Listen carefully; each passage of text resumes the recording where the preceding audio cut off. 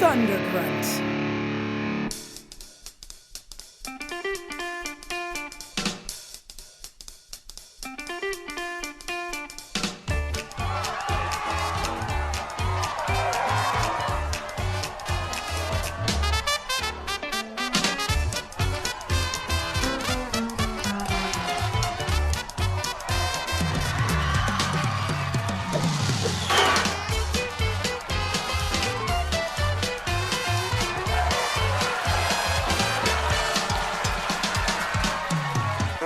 Hey guys! Bob. Rose. I don't know what that is. Welcome new to cheer. Writers Blockbusters, the show that treats the final cut of the movie like it's the script. I'm Bob Rose, and with me today is the other hosts. Jimmy George. I am Jimmy George. I am a screenwriter and script consultant, and my Twitter handle is @JimmyRGeorge. I am Jamie Nash. I am a screenwriter, and my Twitter handle is Jamie at. I'm sorry, that doesn't make sense. That's my email. It's at Jamie_Nash. That's what it is, I think. But double check me. Go double check me now. Press the follow. I'll let you know if I got it. Well, today we are going to talk about, I feel like it's something that I'm surprised we haven't done yet, but Yeah, me too. yeah, we're going to talk about Gremlins. Yeah. Merry Christmas. We're going to talk about Gremlins. It's like That's right. under Die Hard in the is it a Christmas movie arguments, right? I would say there's come Die on. Hard and then Gremlins. It's no contest, man. Yeah, seriously. No, who wrote this shit? Are we Is it no contest because Die Hard wins or because Gremlins wins? No, It's no contest because that more people argue Die Hard, I think. That's the contest. Oh, yeah. Die No, Hard's the in argument. In some ways, on rewatch, I thought Gremlins was massively more Christmassy Absolutely. than Die Hard. It Yes, just had I agree. Christmas in and out. I agree. Yeah. As snow. I mean, come on. It's got the decorations and aesthetic way heavier than Die Hard does. Yeah. You know what though? Ever since we did our Die Hard episode, I've used Jimmy's argument with people that I didn't care, but then Jimmy convinced me that it's a family movie with a family theme. Yeah. Hence Oh, well, I'm making it a glad. Christmas movie. I actually think that Die Hard is more thematically Christmassy than this movie, but Yeah. that's a whole other discussion. Good. That's a good point. I heard somebody try to describe it today. Like if you can remove the Christmas from the movie and it still pretty much works. And I think Die Hard is that way. I think this movie, I mean, you'd have to come up with a different party or something, Yeah. retirement, but it pretty much works. You don't have ho, ho, ho, how do I get a machine gun? But otherwise, and you don't have the great music. There's a lot of things that you'd have to replace, but just story-wise, it kind of works. This movie, a lot of the Jamie gags broke are up actually just a built little around bit. Christmas. It has that thing that maybe it has that premise paint kind of stuff. Yeah, premise going on, paint. where they Jamie, spray a you lot can of talk Christmas about that. premise paint. Get into that. Yeah, well, I'll get I'm skipping ahead. We'll talk about who wrote it super quick. We'll set this thing up. Chris Columbus wrote this thing. He's written other movies Chris we've Columbus. Is this the second Chris Columbus movie? done. Home Alone. We haven't done Goonies, right? We never did Goonies. Yeah, the trifecta. Yeah, I think that it's the second Chris Columbus movie we've done. Yeah. He did write Pixels too, so let's not get too excited. Right? No, he directed Pixels. He directed Home Alone, but he didn't write it. He didn't write. So John Hughes. I don't know if he got a credit on it, but I think it was all John Hughes. No, I think it was all John Hughes. It was John Hughes. Good point.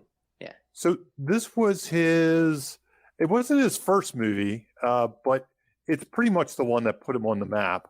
I'm scrolling down here, my IMDb, because it was something called Reckless, which I've never seen, never really heard of.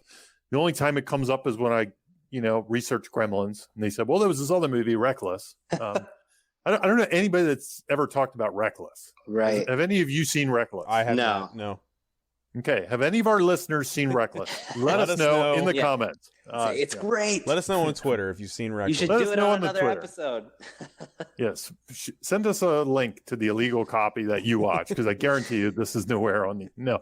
It was like his student film or something? Is that what it was? No, I mean, I don't think so. I don't think so. Oh, I don't okay. think so. Yeah. So Gremlins was a spec script he wrote and he sold, and Steven Spielberg bought it and said, I want to make that movie. Or a version of it. A version of it. We're gonna get into that later. And, of course, Joe Dante directed it, and his fingerprints are all over this movie as well. I don't know how much I'm sure he did a ton of work, like in the guidance of the tone and things like that. I have a question, actually, when we get, and we might as well launch into. Let's just launch into. Yeah, go ahead. The development section. Tonally, you know what scene always sticks out from this movie that's just bizarre? Like, I get to this point in the movie and I'm like, whoa, how did this thing get made into this Spielberg movie?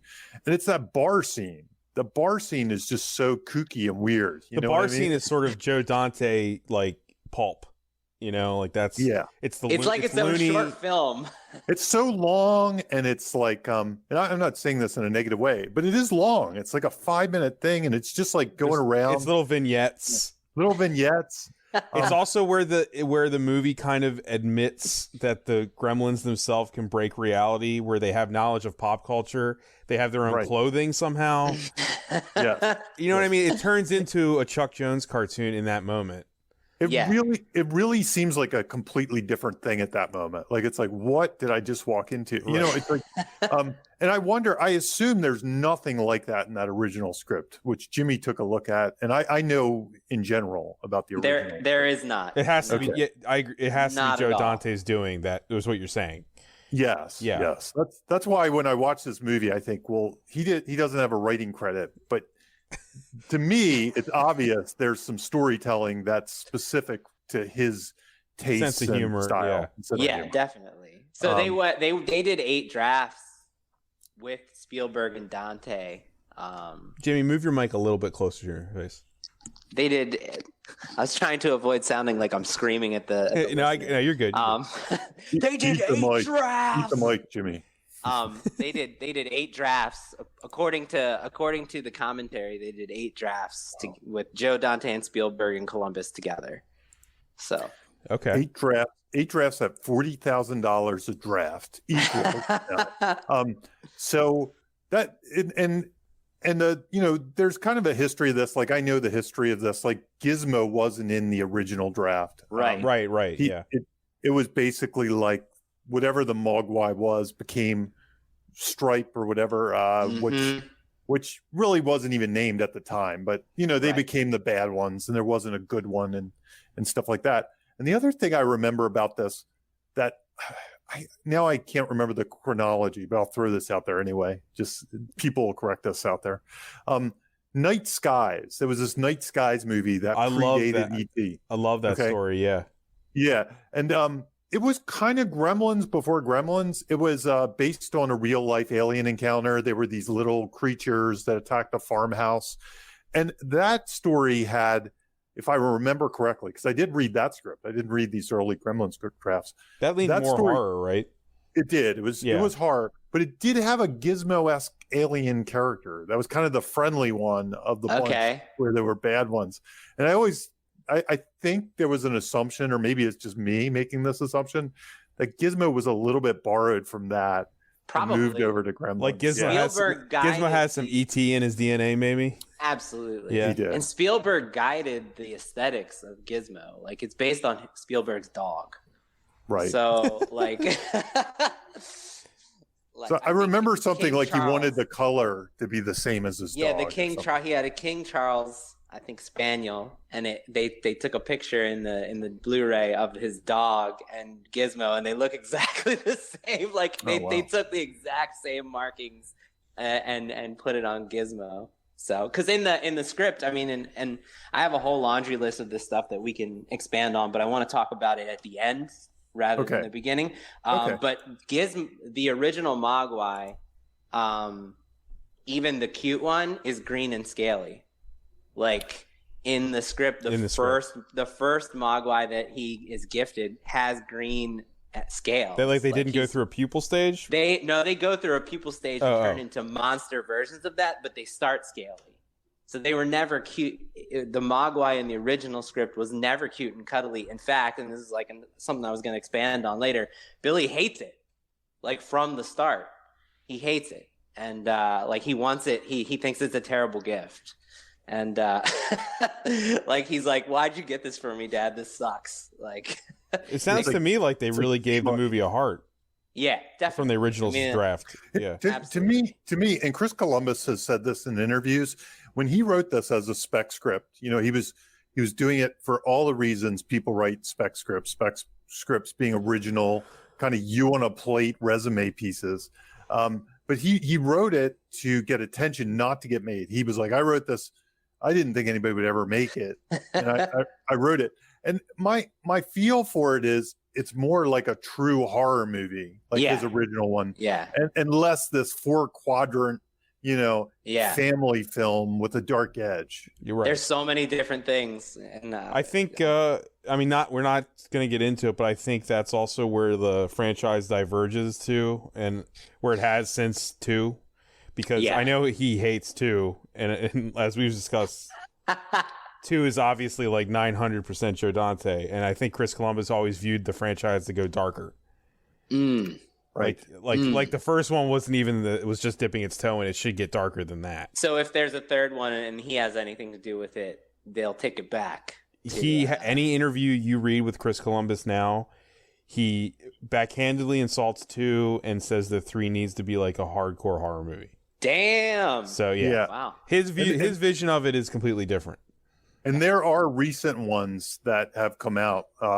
Him saying that he's read, there is a screenplay, he's read it. And I mean, when I say recent, like in the last few weeks, there's things that have been said that they were out there. There's an animated show too, apparently. That's on HBO Max, right?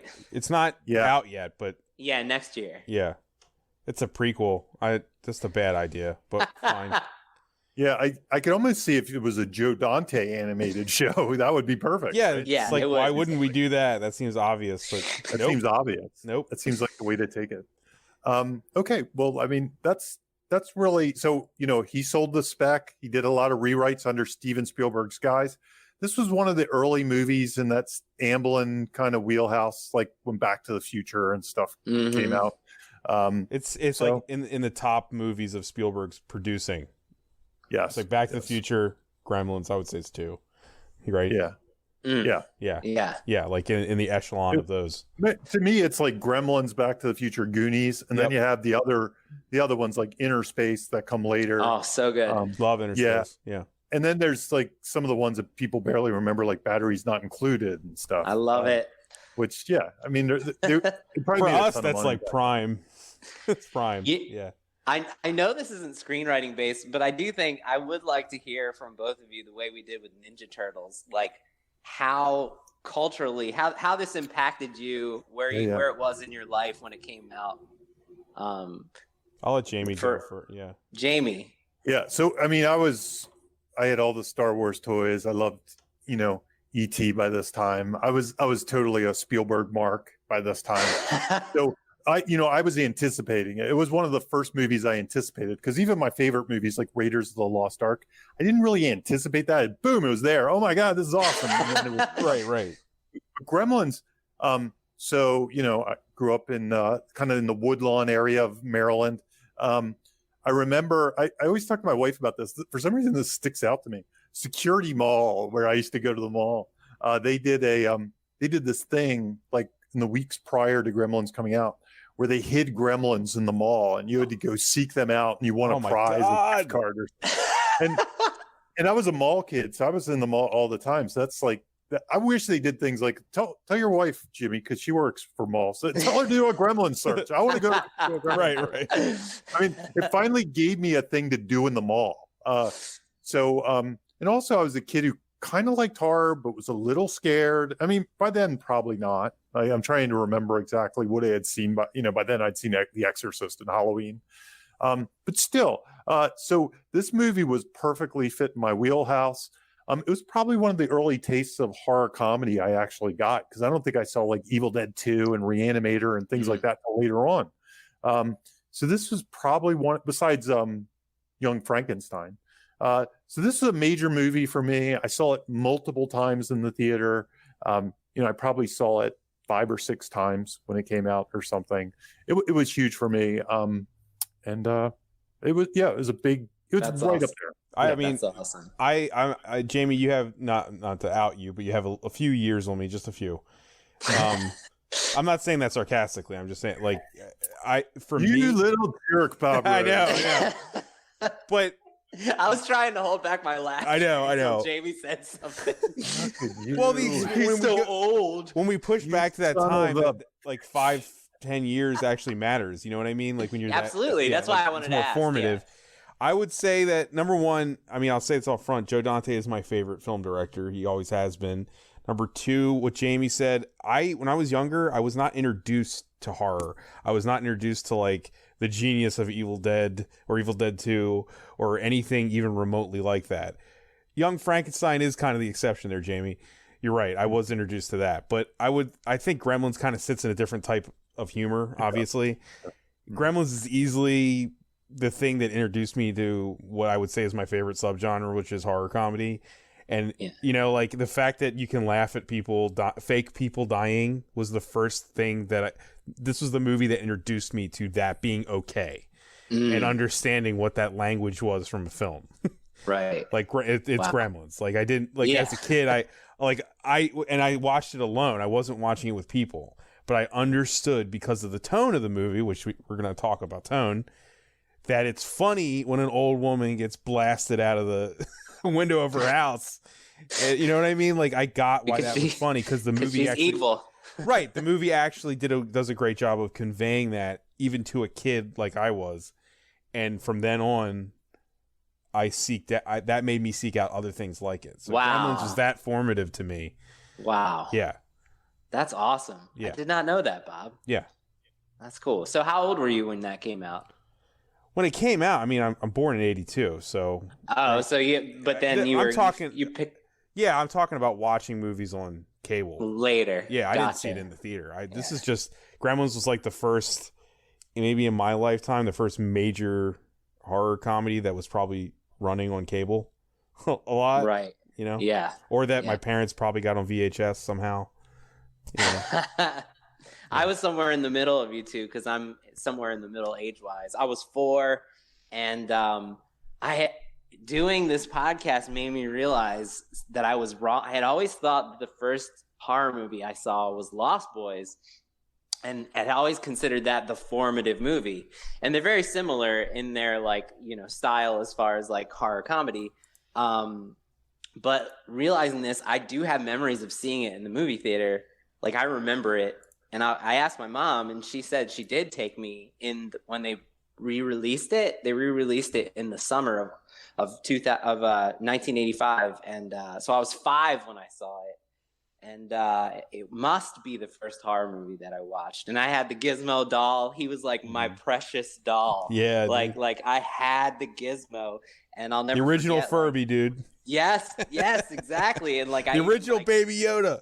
I was like, yeah, exactly. I was dangerously attached to it, and my parents were like threw it away to get it away from me, and I was like fucking devastated. But so for me, They actually fed it after midnight and had to murder it. And they had to destroy it downstairs. That's right. In the blender. So for me, doing this podcast has made me realize like just how formative it was. Because like you guys know me, the listeners might not know, but like the Gremlins is basically the type of shit that I write. Like it's like the type of movies that I've made, the horror comedies. And the type of movies that I've written that haven't gotten made, like they all are this horror comedy. It's the template, right, dude? It's the So I'm realizing through doing this just how much of an impact it had on like my storytelling sensibilities, and so it's really fun to talk about it like from a screenwriting And standpoint. I think it's a good time to mention for how formative it was for all of us. Like I said to you guys before this, at one point in like 3 months into the pandemic, it was the #1 movie in America. Right. Because it was showing at drive-ins and people showed up. It's still connecting. Yeah, like it's not like it went away. It's still a very important movie in a lot of people's lives. It still connects for something that is overtly silly and weird. It's still really an important piece of culture, I think. Yeah, I agree. Yeah. And also, I had the voice. I mean, if you really want to talk about it, I had the voice of Gizmo on Thundergrunt a couple months ago. Howie Mandel? No. Not Howie Mandel, Michael Winslow. He also did some of the voices. So Howie Mandel like ruins the commentary, by the way. Does he? Yeah, like the actor Zach Galligan is talking about, or Gilligan, I can't remember. That's his name. Galligan is like talking about how the woman the actress who played his mother looked just like his mom, and it was weird for him to do the scenes with her. Because he said you want to keep your acting life separate and your real life separate, and Howie Mandel's like, what, did you see her naked or something? Like, what's your problem? For him, it's a stand-up act or something. That's probably this is totally not screenwriting related. We're gonna get into sorry. it. No, thank you for bringing that up, Jimmy. I think it's important we talk about a movie like this and what it means to us. Yeah, because like it's yeah, exactly. It also shows our bias. Yeah, that's what I'm saying. Yeah. Since we're there, I think we should jump the tone because I think we're kind of talking about it a little bit. Because this movie is really a unusual tone. Like we've already talked about the bar scene. And honestly, you see movies like this. We haven't talked about it on the show, Jamie. Yeah. Well, we didn't. No, we were just chatting. Oh, really? For some reason, I thought I talked about that weird bar scene. No, you did. Okay. Not on the show, though. Okay. You want to talk about that bar scene a little bit before we get into it, or? Yeah. Well, I mean, there is that we weird. We did. Bob, Yeah, because we talked about Joe Dante, the writing. That's right. We did talk about it. Wake up, Bob. All right. So I was like, sorry. I was like, am I going crazy? No, but yeah, the bar scene. So, no worries, all good. It's all good. Well, let's take the time and rewind it. Let's. Yeah. No, don't keep going. So this one has such this bizarre weird tone, and even when Jimmy was saying these are the kind of movies he makes, when I was rewatching it this time, I was like, yeah, these are the kind of movies he makes, but never done at like PG-13. This is like one of the first PG-13 levels. So it's kind of weird because you could see brainstorming the whiteboard, like, let's do all the kills. Mm-hmm. But on the flip side, this movie isn't made for that audience totally. Right. You know, I mean, that audience appreciates it, but it's also made for kind of like, you know, me as a 12-year-old kid when I went and saw it. Yeah, it wasn't made for the black t-shirt wearing people that just the horror convention people. Black Christmas 3 for the 5th time. Right. But, you know, our people, but, you know. Yet this movie is still there in those conventions. It's those, you know. Yeah. It is. It is. It still lives there. It's for everybody. You know, again, it's for this 4-quadrant thing. And I can't think of another movie that really does that. I was trying to. Before? There's got to be examples, but it's hard to pick them out. Yeah. It's really hard to nail it. It's funny probably other Joe Dante movies. when you brought this tone question up, it's obviously there. It's a huge like stamp on this story, but it still feels like a horror movie to me, even in the first act. Like there's a lot of dread, and so there's definitely especially the opening feels like he's going to discover something mysterious that could hold like darker secrets than it's teasing. It's almost in the aesthetics, less in the writing, right? Yeah. Although, and is it fun? Do you guys find it weird that Miss Deagle almost comes off as more horror-ish than some of the Gremlins? Yeah, themselves? she's a threat, right? Like, right. So. I mean, how dark is the scene when she threatens the dog? I mean, that's Yeah, she wants to kill it. It's so, Right. and you She actually remi- believe she could. I don't know if this was an influence, but I always think of the Wizard of Oz, that the mean woman. She from the almost Wizard of says, Oz. "And your little dog Mhm. too," literally She in is that scene. just Exactly. exactly. Yeah, Exactly. yeah. Really, they're really definitely tapping into that. But I it does feel like this dramatic tone shift midway, but it's hard. I think it's because we're so familiar with this movie that it's hard to approach it like not feeling like it's going to be like, I'm wondering if the amount of influence it had on us and like how much we've seen it is like, making us feel like, oh, of course it feels like a horror movie in the beginning, like, or at least me on my end. Here's what always strikes me about this movie, and whether this is writing or not is something I kind of want to discuss. And maybe from the script, but again, it would be tricky. There's an artificialness to this movie that some of the prior Spielberg movies didn't really have. I think Back to the Future has a certain artifice to it. And I don't mean that in a negative way at all. There's a tongue-in-cheek nature to Back to the Future. So okay, yeah. Joe Dante spoke in the commentaries. So this is coming directly paraphrasing from him. Okay. That he didn't want anyone to feel real. Yes. He didn't want the locations to feel real. He didn't want the characters to feel real. He wanted them to feel real-ish. Okay. Like he said, Spielberg would come in and make notes. Because Spielberg didn't start watching the dailies until after he finished Temple of Doom. And when he was making those notes, they would have to change like a line here, a line there for Spielberg trying to steer it more toward realism. But he was always like, I trust you, Joe. And Joe Dante makes that clear on the thing that it was Joe's decision, but Spielberg was always trying to make it more real. And Joe Dante was always trying to make it sort of like cinematic real, like, you know what I mean? Like distance, like his argument was that if you pushed for realism, then the Gremlins wouldn't work. The Gremlins themselves. So the cartoonish nature of the characters and the town that could never exist, that was all intentional to sell the Gremlins. There is do you guys think there's also that, like what you're saying, Jimmy, there's a parallel between Back to the Future and this with that like idyllic small town? Yes. Yes. Like they're almost, the same set too. It doesn't Rockwellian small town of exactly. Americana. And that was what they were trying to do. Yeah. Like we did a episode, I think we might have even mentioned this in the Poltergeist episode. Like Spielberg was always upholding Americana and showing things that were trying to challenge it, whereas Joe Dante was literally saying it's always been broken a little bit. Exactly. Like that's the difference between the two of them, So Jamie, it might be, I didn't read the any later drafts, but you have to think that if that was Joe Dante's vision, that he was asking Chris Columbus to tailor the characters and the setting to be more like that,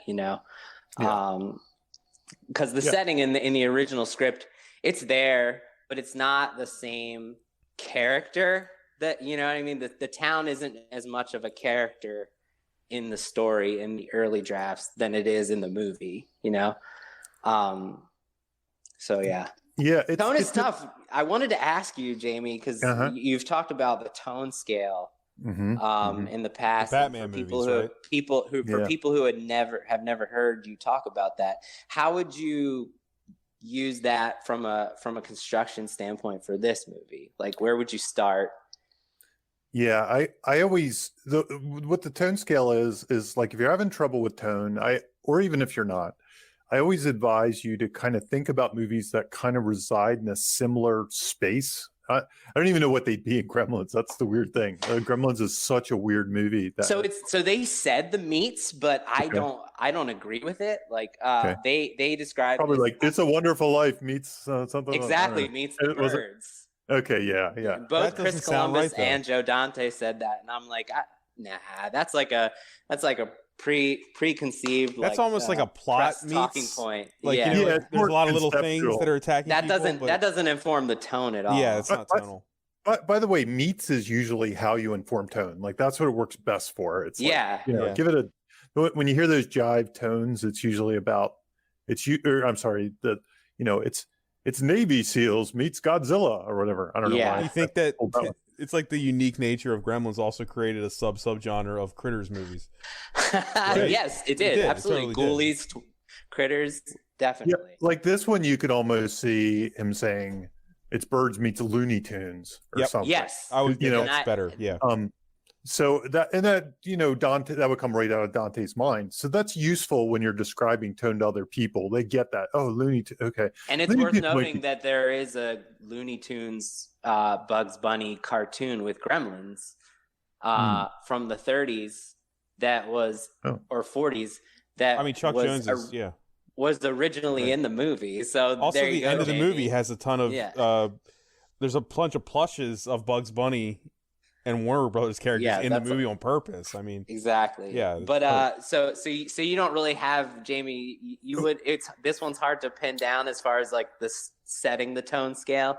It's tricky because I'm trying to think of movies that came before it that would imply, and it's probably easier to do movies that came after it or came after it from an constructive when we did standpoint. talk about the bar scenes, there's parody humor in there. It's like there's non-realistic parody humor. Like I said, they have clothes that they've made for themselves. Yeah. Now you could assume that, like, in the reality of the movie, where did they get that? You know, I mean, like, we're just accepting it. Yeah, we do. And that's what I mean. Like, if you took like a Mel Brooks Young Frankenstein, or I don't know, for some reason I even want to take like Spaceballs and put that at scale number 1. And then all the way at the top, maybe number 7 or 8 is The Birds, because that's a pretty serious, realistic movie. Yeah. Where does Gremlins fit? It probably fits about a 4, maybe even maybe a 3. Maybe a 3. So you would set that number, and then that's like you can bounce between the 5 and the 3, right? A little bit. Yeah, and what I would hope you do, I this is the thing with Gremlins, I can't think of what the 3 and the 6 are exactly. Maybe Evil Dead 2, is that the 3? Maybe Gremlins is that? I don't know. Is Gremlins kind of like, Gremlins is probably more goofy than Evil Dead 2. Like I said, Gremlins has jokes that break the fourth wall, in my opinion. It does. The self-awareness definitely gets more extreme toward the end. But it can help you to kind of, even in revision or when you're questioning like what jokes fly, like would these fit in these other movies? Like would something to that broad or that parody or that breaking up with wall, would they fit in these other movies I'm trying to do? So at least you know what you're trying to do. Now you might discover you'd rather do the goofier one, or you might discover you'd rather do the more serious one. But at least you have a target and you're not just randomly like one. Because I bet, Jimmy, you probably see in your work some scripts that have one scene that's parody, one scene that's serious, and it just seems like the people don't realize they don't go together sometimes. All the time. It's one of my core notes is tonal balance, right? Is your tone balanced? And then what I do is, if I find that self-awareness scene where there's one scene that's a fourth wall break in the whole script, I'll set that aside, and then I find another scene that's like a completely different level of awareness, like taking itself serious to the max. And there is a balance, right? Like Shaun of the Dead, when his mom dies, there's no jokes being made. Like Shaun of the Dead, when it needs to be serious, it's serious, and there is a balance to strike. But creating that specific list of like, okay, we're going to be at a 3 and we can strike the balance. Sometimes we can hit a 4 and sometimes we can hit a 2, but we can't do a 7, right? It's really helpful. And I definitely, what would you consider the dad speech in this movie, though? Well, the dad speech is like, I mean, it's a dark comedy, right? So I think it fits. It's fitting. And Joe Dante actually, in the commentary, I mean, it's pretty widely known that he fought for it. But in the commentary, he specifically states that what won the argument with him with Spielberg to fight the suits is that Joe Dante said this is the tonal compass. This speech is the tonal compass for this movie. This to me captures the essence of the movie, and if we take it out, then its heart is gone and the rest of the tone isn't going to work. So it's interesting that he thinks that is like sort of like the glue that holds the whole thing together, that speech tonally. It's weird too, and this is just me. This is totally my persona coming out here. but I find that speech almost so over the toply, Well, depressing. That's kind of funny, right? Yeah. It kind of is. Not to point it darkly out. funny. I mean, I'd be the one guy in the theater like laughing, and then people would be like, "Who's this crazy guy?" But I'd be like, "Yeah, it's insane." See, but and it works. Go ahead, Bob. I was gonna say, like, I know I'm talking about Joe Dante here. I'm not talking about Gremlins 2, but it's literally parodied in Gremlins 2 to make fun of it.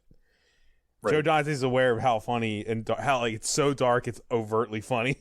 The reason that it works is because that's like another great, like, as long as it's serious to her, the character's not aware that it's funny, and that's why it works. We can totally laugh at like the absurdness of it, but like you still feel what she feels despite that, because the character didn't wink with you, so, and that's tone. That's like, it's a really hard thing to teach, it's a really hard thing to balance, but like I really like, Jamie, your scale that you set in the beginning of the project, or like you said, when you're going and doing rewrites.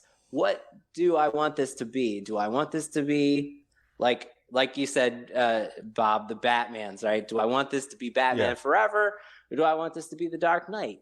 Like, and isn't that the example Jamie used before on the show? I think Batman movies have the tonal scale all the way up and down. That's the easiest way Adam to teach West it, right, Jamie? to Dark Knight, Yeah, because you got exactly Adam West to Dark Knight. It's easy way. I run into this from time to time, like, because writing Nickelodeon movies. Right. You watch Santa Hunters this week, Tiny Christmas on Nickelodeon. Hell yeah. So Santa Hunters was a spec script I wrote. It was kind of like the Christopher Columbus experience, where I say Chris Columbus. Totally not different. The other guy, the statue guy. After he discovered America, but he didn't really, and eliminated the native. I don't know, right. But we won't get into it. But the I ran into the same situation with Santa Hunters in a much less spectacular than Gremlins way, but it was I was writing it kind of as a Goonies kind of thing, or but maybe a little more grounded even than Goonies, maybe a little more realistic. I was kind of making this thing. It does have Santa Claus in it and stuff, but the tone was a little different. But then when Nickelodeon got it, they saw it, and when they read it, they were like, "This is perfect for Nickelodeon." I was like, "It is." And then when I started to write for Nickelodeon, I studied their stuff, and this is something when I originally got into screenwriting, I thought I was a comedy writer anyway. I settled in. I realized that they do kind of an artificial sitcom-y kind of style in their movies. It's very artificial and safe, and I got right into that. I shifted gears, but it was a different tone than I set out. So when I did my rewrites, I had to shift my tone scale down a little bit. And I was like, okay, well, some of these darker things don't work anymore, because I had dark elves kind of doing things to kind of hurt the kids in some ways and things like that. And I had to shift the gears of my tone, and I turned it more into a sitcom for kids kind of thing that had that rat-a-tat joke style, every other thing's a joke, things like that. And strangely enough, I was trying to write a spec script a couple weeks ago, and I realized I was having trouble not writing kids' movies in that style. My muscle had just become the sitcom rat-a-tat style, and I was like, "Oh wait!" And I almost had to pump the brakes. I'm like, "Do I want to write one of those movies, or do I need to get out of that? Do I need to go back to the original version of me before I started to do that?" So yeah, anyway, it's a weird thing that happened to me about a month ago. So anyway, Santa Hunters Tiny Christmas on Nickelodeon. That's the important part of that. That was the only reason I brought that up. The rest of the story is, I think also the rest of the story is completely made up. One of the few times I think, Jamie, the few times you've ever messaged me about like writing have always been like, I feel like you've always messaged me and asked me about like an idea that had to do with a Gremlins-esque idea. Like, you've done that like 3 or 4 times. I feel like you've always been like, think Gremlins. Like, that's a tone you search for, obviously, because it's so unique, right? Mm-hmm. Yeah. No, it is. I have another one. I guess I won't say the title because it's out there and it's being pushed around by various people, that I wrote a while ago. I remember writing that one, and it had Gremlins. And the one thing I found interesting about Gremlins, and this isn't in our to-do list, but I'll bring it up anyway, because this is a topic that's come up with me that I studied Gremlins for, is it's weird when you have this group of, you have this like, I wouldn't say faceless villain, but if you take the Gremlins just pure and simple, they're like this force and you can kill one of them and there's another and there's another. Like and a Hydra. I remember that was that was a tricky thing to write as a villain, like a group, a gang. And I ended up going the Gremlins route, which I gave them characters and faces, and I put, I came up with with different ones, like this is the leader and this is the sadistic one and this is the and I've run into that problem a few times, and I think that's very instructive, that if you do have this thing, it helps the audience track how the hero is doing against the faceless thing, because you can take out like one, but they're gonna have to come up. It's the James Bond rules, right? Right. You're gonna have to fight Oddjob before you fight the, what is this movie without Stripe? Value right? in You need the showdown. Yeah. It can't just end on the blowing up the movie theater. Yeah, and that's something I learned from Gremlins that I faced in my own writing a couple times, that I was like, oh yeah, I do. That's why you have to do that almost. Otherwise it just, it gets a little episodic or redundant almost if you don't have the escalation of the different characters, things like that. Yeah, that's really good. Anyway, that's a bonus. That's a bonus. Bonus topic. That's your writer's bonus. No, that's great, man. Cha-ching! It's never really discussed how they're kind of legion. Yeah. They all have this collective knowledge of things, and they're born. They're born with knowledge. Yeah, too? It's weird. They're totally. Yeah. By the way, complete aside, but what I noticed this time when I was watching, when Gizmo gets when he gets wet and the balls start popping out of him, and Corey Feldman and the other guy are like looking at the balls and like, what is this? What is this? And poor Gizmo looks like he's going to die, and nobody cares. And maybe really exactly. Because Zach Galligan is a really nice guy, except in that moment. I don't care about that. Is it because they also have no clue what he is, maybe? Or maybe, there's like a disconnect on like he's not an animal that we're familiar with. Yeah, because I just make him like my dog. He becomes my dog. My dog's in pain, going like that. I don't care as much about the balls as the dog, but they could care less. They're not looking at him. I think it's more direction. Obviously, I think it's more like, hey, look at the balls. Don't look at the Gizmo. We'll figure him out. Look at the ball. The one last thing I wanted to bring up before we move on was when we're talking about like the bar scene and tone and everything. It's not really. It doesn't stand out, but like it's also a movie where the robot from Lost in Space exists as a real robot. Yeah. Like it's that part of the tone too, right? Like that, and even in the background, there's the time machine. Like it's like it's that kind of movie. It's a scene that I probably think would come up often. But yeah, like that robot's supposed to be real. He used this phrase in the commentary that I'm going to use forever. I love it. He says he never likes to have a frame of the movie where he isn't doodling in the margins of the image.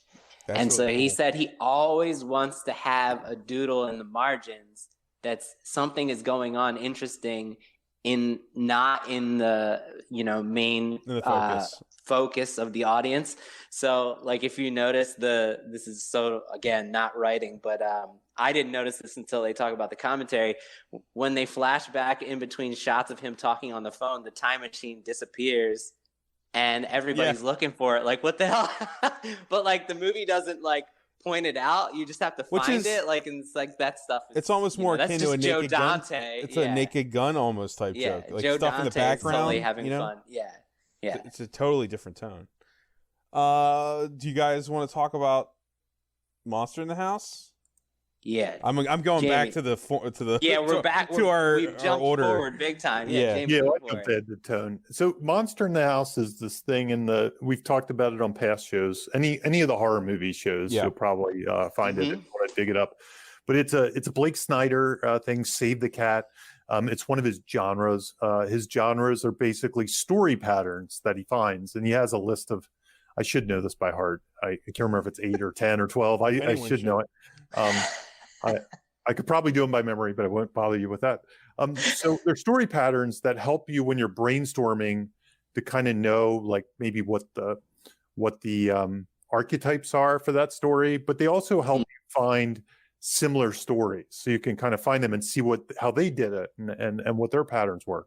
So anyway, that's a long explanation of Blake Snyder genres. Monster in the House is one of them. Monster in the House has 3 things. Let's see if I can remember them. They have a monster. That's the easy one. They have a house. That's an easy one. And then the hard one is they usually have a sin. We propose that this is a monster in the house. What do you think? Jimmy, what do you think? Monster in the Definitely. It's classic. I mean, it's like your classic creature feature, right? For me, the question is, and the house is pretty obvious, right? It's the Kingston Falls, the town, not the... Yeah. So the whole town is being attacked. For me, what I want to hear what you guys think is, what do you think the sin is? The obvious is his father, right? I don't know, but it's weird because his father's so uninvolved with the events of the movie. I think it's weirdly... see, here's what I think I think what it is. I think it's lack of respect of irresponsibility. It's that's messy, the right? theme. That's the theme, right? So usually the sin and the theme go hand in hand, right? Because that brings about the monster. So the sin usually brings about the monster. So the fact that they're using this thing, and even the person who doesn't sell it to him, doesn't he say something like he literally blames Western civilization for how we treat things. Right. He says Mogwai comes with too much responsibility is what he says. I think that's kind of the sin here, is that they have this thing that they're not treating with due respect, or even though they're given warning, it's like a toy. They give it to the kid. Right. Here you go. Have fun. They're breaking the monster rules. Yeah. Yeah. And like Bob said. Yeah. They're spilling water on it. They're letting it eat. They're not keeping it in the cage hidden. Which is irresponsibility. Yeah. And the irony is that he's pretty good to his dog, right? But he's not good to Gizmo. Yeah. Right. That's right. But I guess for me, why it's messy is I don't think that the whole town is irresponsible. And usually when you find these sins, they're represented in different characters. They're explored.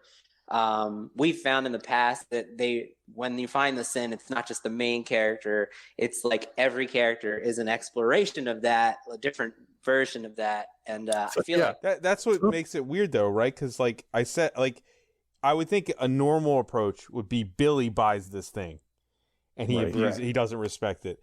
It's odd watching it now, as many times as I've seen it.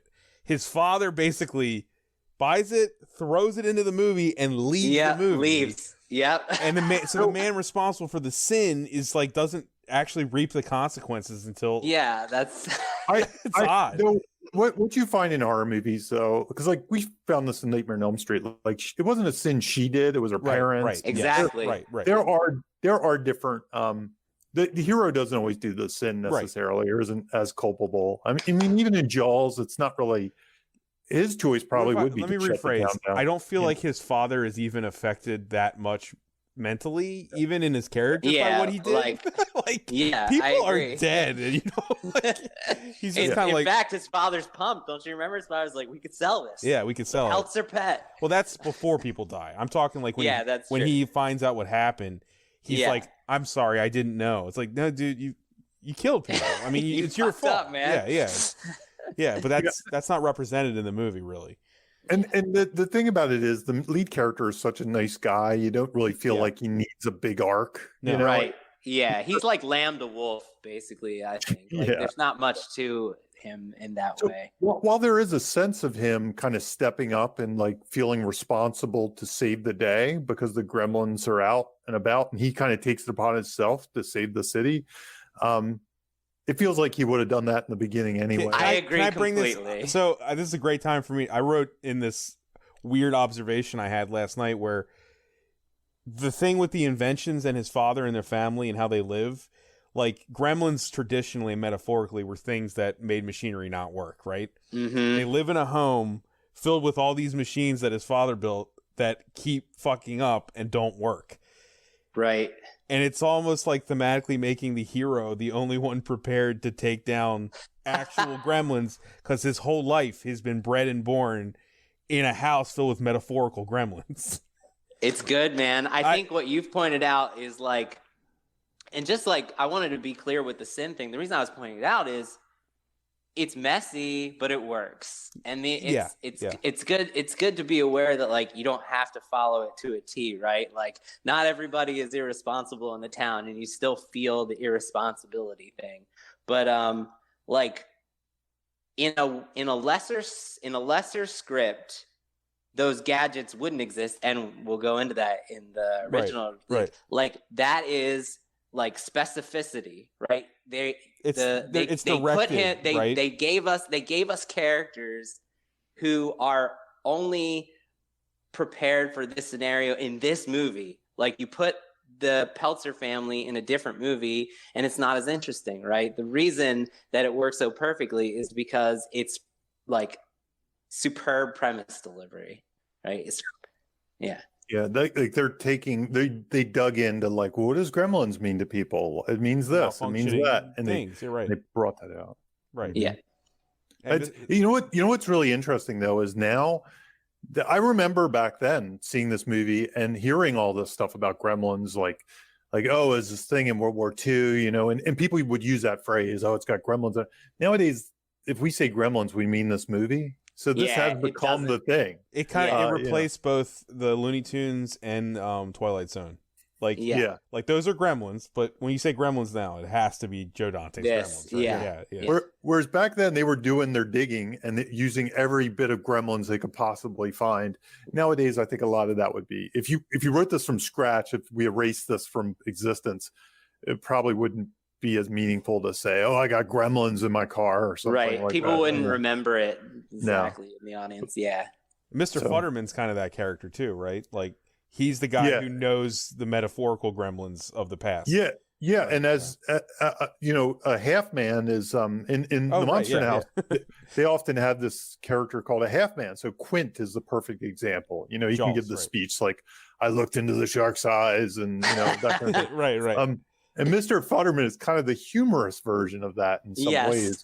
But he kind of gives like an explanation, like there's a mythology behind these creatures. Like they're not just popping up for the first time. Like there's something people have faced and things like that. So he kind of hints that he faced them. Usually those characters have faced them and they usually die around page, around the All Is Lost or 75 or something. They kind of have a knowledge of it, and there's usually some kind of showdown or something.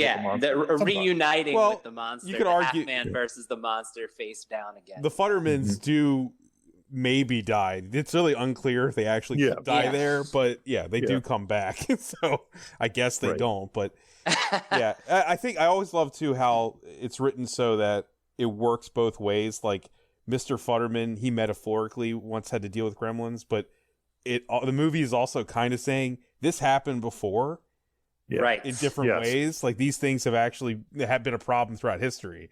Yes, this is a real thing. That's right. Yeah, that's right. Yeah. I don't know. I think. What about those rules, the Gremlin rules? Because honestly, that became part of the marketing campaign. That was on the poster. That was a huge premise kind of thing. Is those Gremlin rules? It almost define what these things were. So for me, you hear a lot of, this is kind of the one thing that like people still complain about, which is dumb, I think. Jimmy, move your mic a little closer to your face.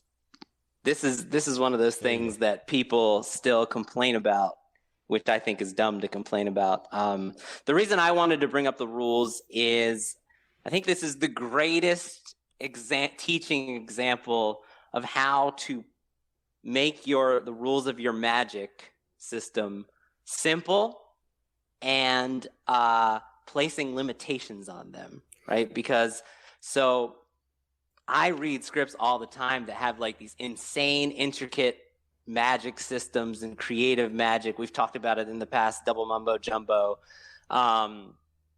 which is a term from another Blake Snyder term. We're going back to Save the Cat here again, where there's too many different types of creative magic at once, and the audience can't can't like connect with it. They just can't Right. keep up, and so they don't feel anything Also, about it. exposition And problems, right? Like yeah, delivering exactly. all It that just ends. Yeah. So I'll give an example of a client script, and I didn't get permission to talk about this, but I won't name it. But I had one script that I consulted on. This is the extreme, where I created a 17-page document pulled from their script filled with scenes of people explaining the magic.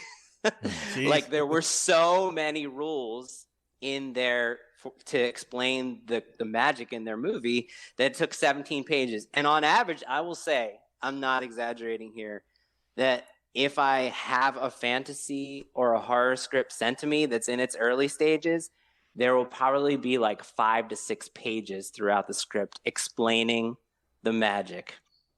Whereas this movie takes 37 seconds. Yeah. And it limits. And another great example of that is like Beetlejuice, right? You say his name 3 times and he comes into the world. You say his name 3 times, you can get him back out.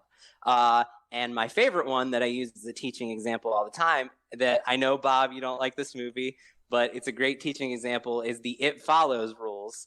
There's the parking garage scene. I don't hate It Follows. I just make fun of It Follows, but yeah. The parking garage scene explains the rules of the magic. It takes 88 seconds. And Quentin Tarantino calls that the greatest exposition scene of all time. And I think it is really great. But this one is so simple. And a lot of people have complaints because it's so simple, it's debatable, all these things, right? Like it's midnight everywhere. Like, why don't they multiply when they touch the snow? Before it leaves my mind, couldn't you also consider it Praise of the Killer too? The Praise of the Killer is what Futterman. That's Futterman more? Gave, okay, yeah. okay. Futterman gives that speech. I kind of like thought watch that out for them gremlins. The son from the shop also kind of did. You know, that's true. Yeah, that's true. He does say like, be careful, but he doesn't tell you what they're going to do. Whereas Futterman's like, you got to watch out. That was a terrible Futterman, but that's a really bad Futterman. But it's fine. It's not an impressions podcast. I was doing Popeye. Michael Winslow's back on Bob. right, yeah, right. So anyway, I think this movie is really instructive in how it places limitations on the magic, and it explains the rules so succinctly that they repeat those one set of rules like 3 times in the movie because it's so easy to explain. And like you said, Jamie, it was it helped the marketing, right? Like the audience already knows the magic going in, and it just takes care of itself. So if you've got magic in your movie or some fantasy element, try to keep it simple. Try. Yeah. And what's interesting about these rules, in some ways they work as premise. You know, like I said, they became the marketing concept.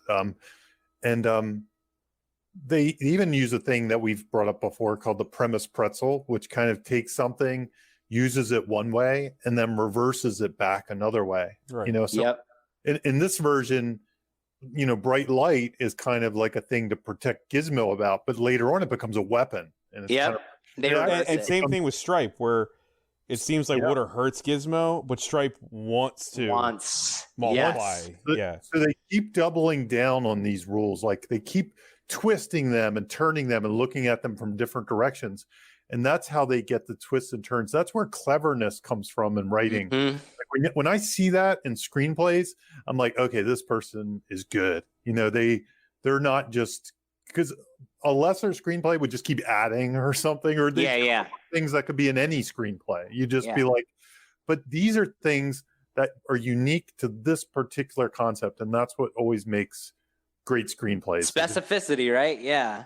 Specificity. And they reduce out of that orange, to use another metaphor. They squeeze that orange. Yeah. They definitely went to the whiteboard and they were like, okay, how are all the ways that we can explore sunlight as a threat to them? How can we make it like all those things? So yeah, I agree. It's awesome. It's sort of it's like what people say about structure. Like if you're writing an arc plot movie that you want a tight structure, learning structure can set you free to be able to play with it, right? And do interesting things with it.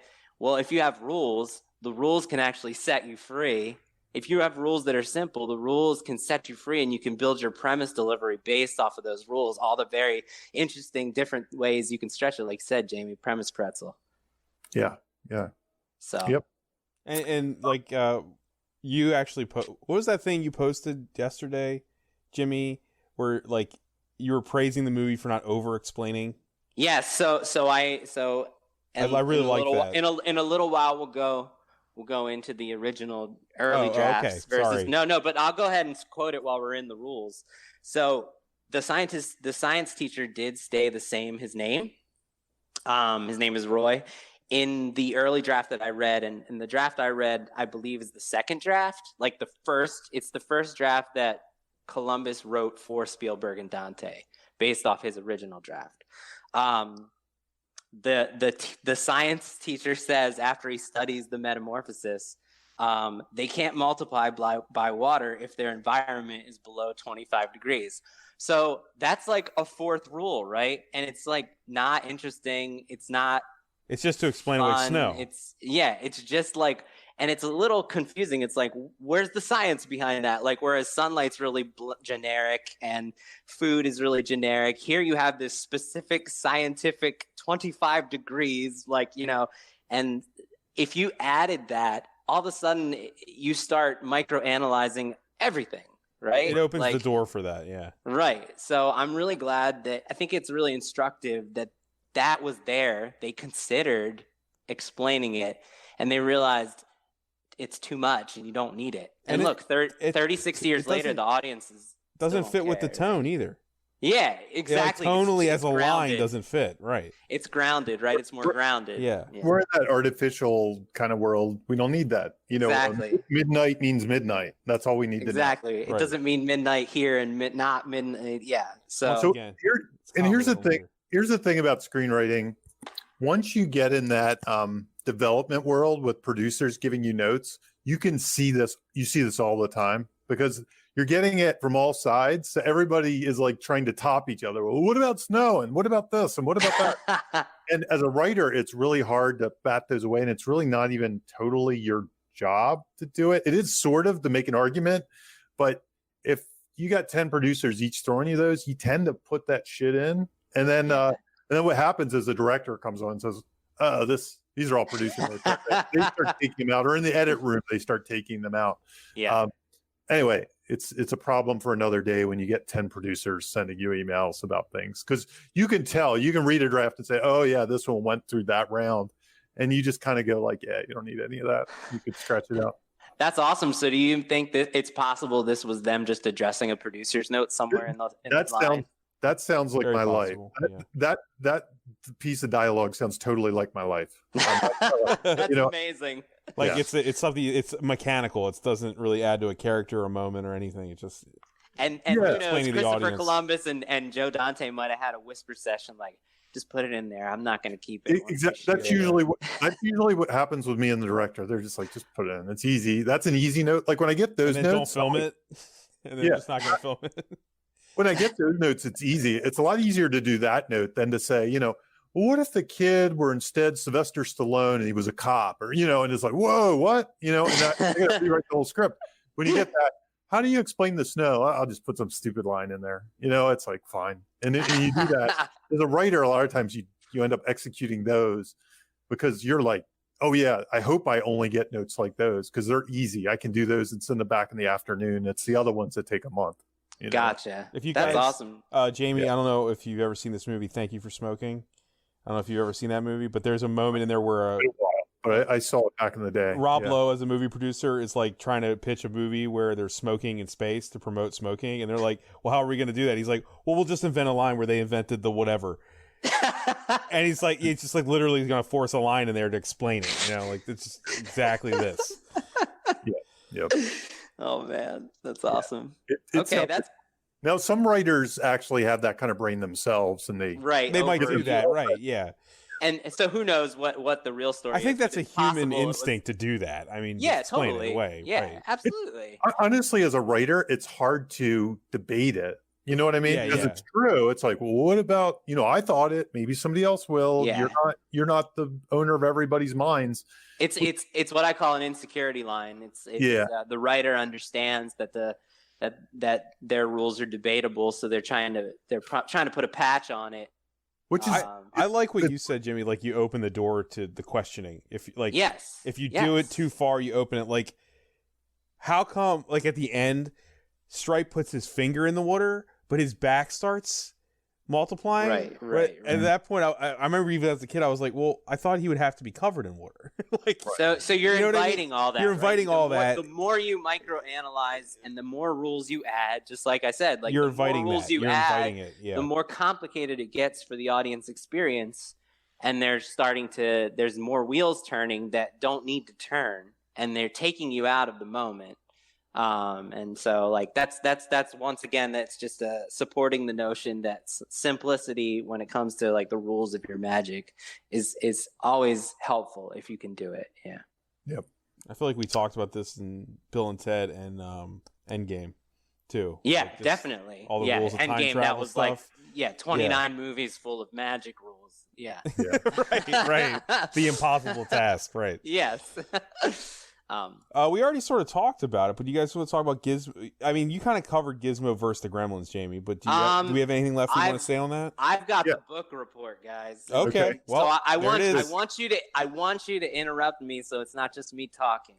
Okay. That's what the people want, Jimmy. It's chime just you talking. So we did this on 3 episodes. I went to the greatest writing seminar I've ever been to about almost 20 years ago, and these aren't out there anywhere, so I'm sorry that I can't like send you a link to all the list. And this guy is very protective of his intellectual property, so I'm probably going to get sued at some point. Sorry guys. I'll get sued. It's this seminar called sorry Bob. It was this seminar called Beyond Structure that was basically 3 days of like writing techniques. He called it emotioneering.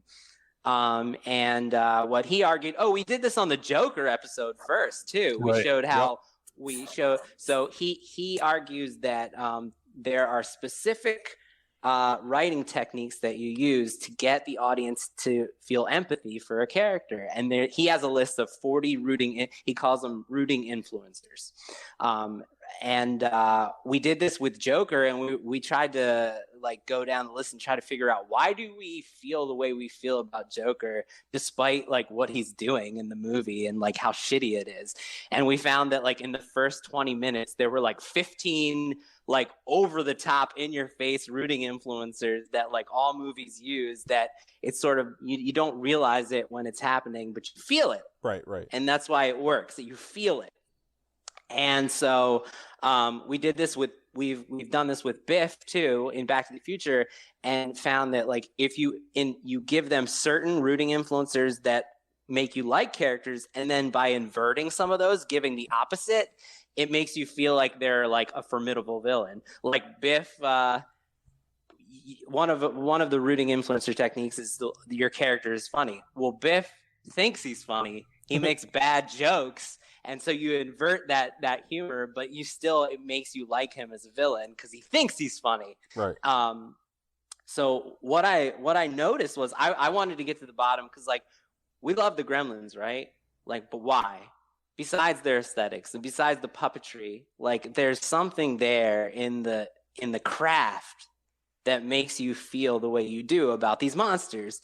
And I wanted to kind of like dig in and see if they had like the reverse rooting influencers, right? And they do. So I'm gonna go down them, and you guys chime in and tell me what you think. And what I realized is I'll just give you like 10 instead of like there's like 50. So there's like 50 uses, even though there's only 40 rooting influencer techniques.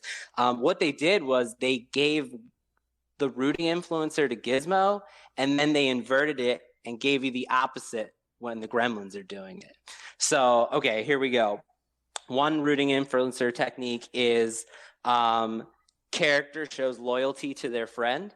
Well, Gizmo like loves Billy, right? Mm-hmm. And the Gremlins not only harm others, they just harm each other. Like they're attacking each other. So like that's an inverted rooting influencer right there. Another Everyone one for is himself.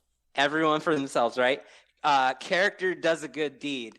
The Gremlins do nothing but bad deeds. That's all we see them do is they're mischievous, right?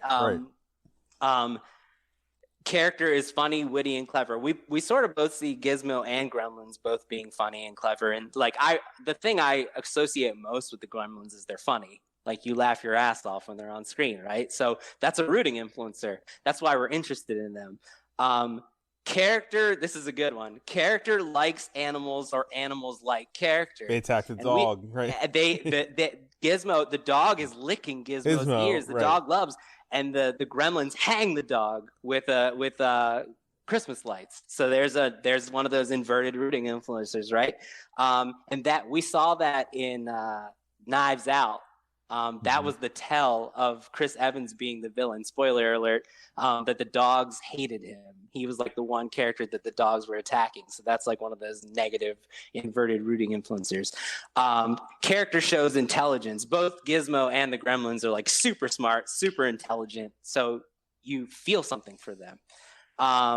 Character is an underdog. Gizmo is hiding in the helmet while all the creatures are building, and the Gremlins, there's just like thousands of them, right? Like they're never going to be the underdog in their situation. Also, like, can I add Gizmo? Yeah, please do. Gizmo comes from sort of captivity, whereas the Gremlins are literally unleashed. Loose. Yeah, they're never captured. That's a really good one. Yeah, that's really good. But like what I'm trying to point out is like you feel these things, right? That's in the craft. Like this was in the construction.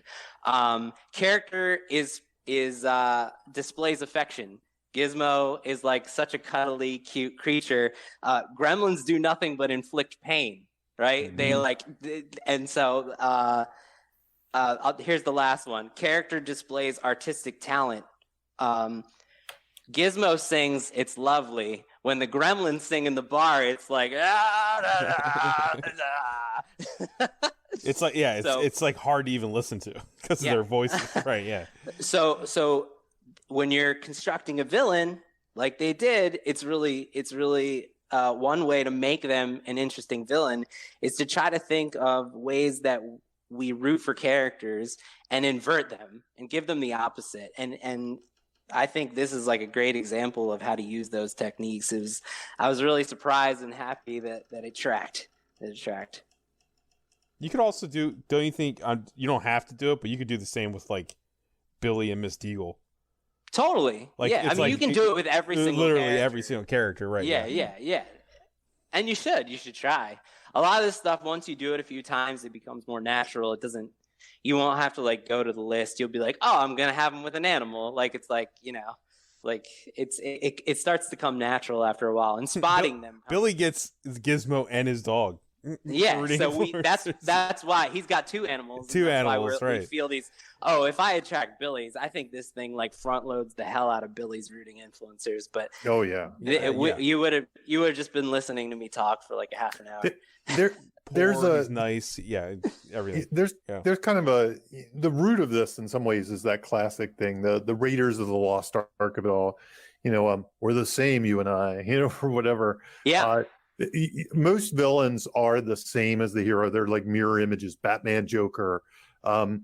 There's just something different about the villain, because even in your likable villains like the Hans Grubers or something like that, there's usually there's some similarities, but then there's some big difference. Like maybe one person is the same as the other, but willing to assert the will or be ruthless or not care about others or not have empathy or something like that. So even if it's just one big difference and otherwise they're kind of the same, a lot of times there's some kind of duality between your hero and your villain. Yeah, we talk about the circus mirror a lot. Like in this movie, it's more Gizmo than Billy. It's like usually the mark of a great villain is who the lead character will become if they make all the wrong choices. So like Gizmo could easily become Stripe, which is why it worked when they decided to do it. Yeah. Yeah, that's rooting influencer techniques used to make a villain. Good shit. Cool. Once again, it makes me think of where his father stands on that.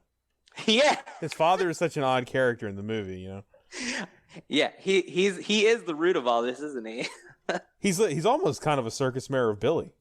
Yeah, it's true. Isn't he? Like he kind of is. Billy's not like his father. There's a scene in the original script where his mom is warning about that happening in the Billy draft I read. His father? Yeah. Really? Okay. Yeah. So it was in the construction. It was in the original construction, then took away. Yeah. Okay, that's interesting. Yeah. I never thought about that. Comic obsessions. Man, I feel like I've talked about this enough that you guys could take this away and I could bounce off of it. Yeah, but people don't listen to every episode. That's true. Don't feel like you're repeating yourself.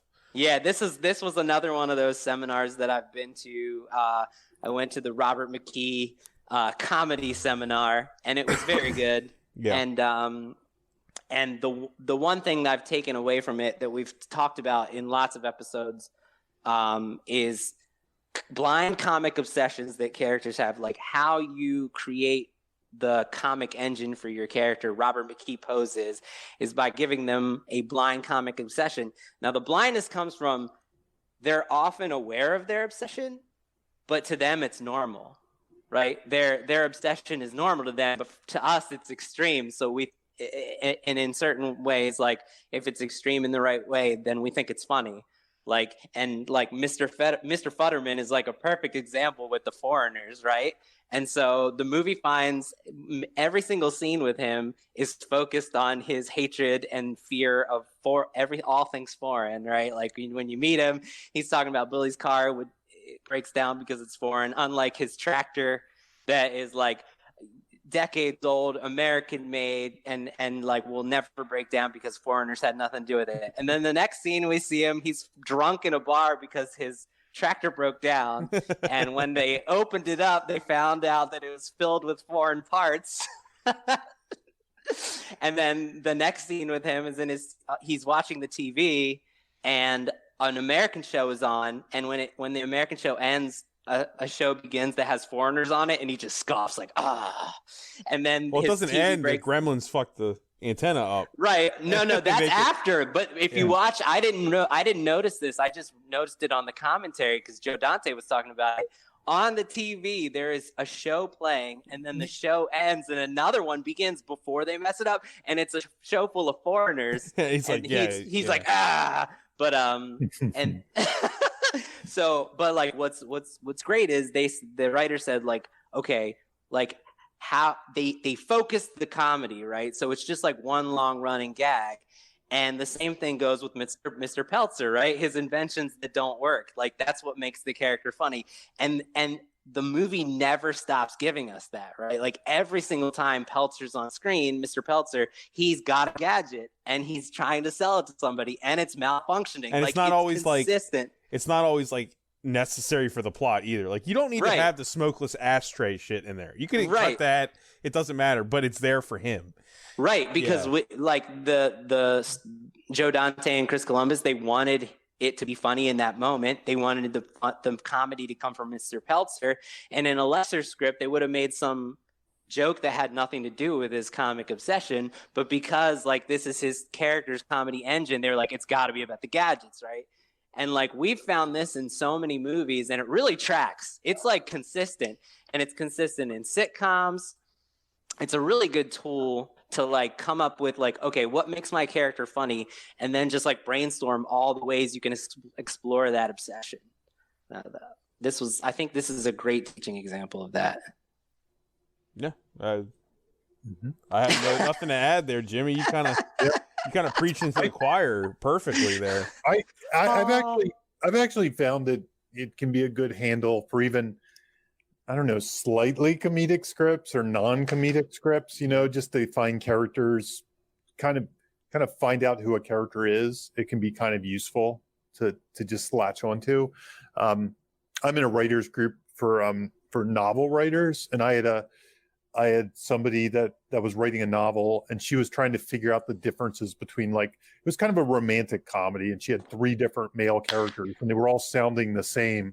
And I kind of gave her the comic obsession advice, just so she could just think about those things as she entered each scene when she's writing the dialogue, and how those characters will act and things like that. So That's awesome. Yeah, I find you can use it not only in overt comedy, but even in subtle comedy or things that are slightly comedic. Probably put it even in a drama, right? As long if a Probably character is obsessed with something. We Yeah, found it. effect. Do you remember we found it in Midsommar? The guy who's obsessed with sex. Yeah. I mean, No, to be you're right, honest, yeah. if we were doing like Social Network, probably each of those characters have their obsessions. obsession, You know, their yes. blind obsessions. We like, can do Right. Social Network one you day. see the world through this, lens or something. Yeah, so it's a great way to figure out what makes your character funny. And the Good Boys guys, the guys who wrote Good Boys, used that question. And the comic obsession, like how to come up with the comic obsession, is to ask questions like, what makes your character funny at a funeral? Mm-hmm. What makes your character funny at a wedding? Right? Like you can just imagine Mr. Peltzer at a funeral, just like pulling out the bathroom buddy while like while It's like while almost the mini eulogy's going whiteboards, on. right? Yeah. Or you can imagine Mr. Futterman. He would be giving the eulogy and like, let me tell you about the bathroom buddy. Exactly.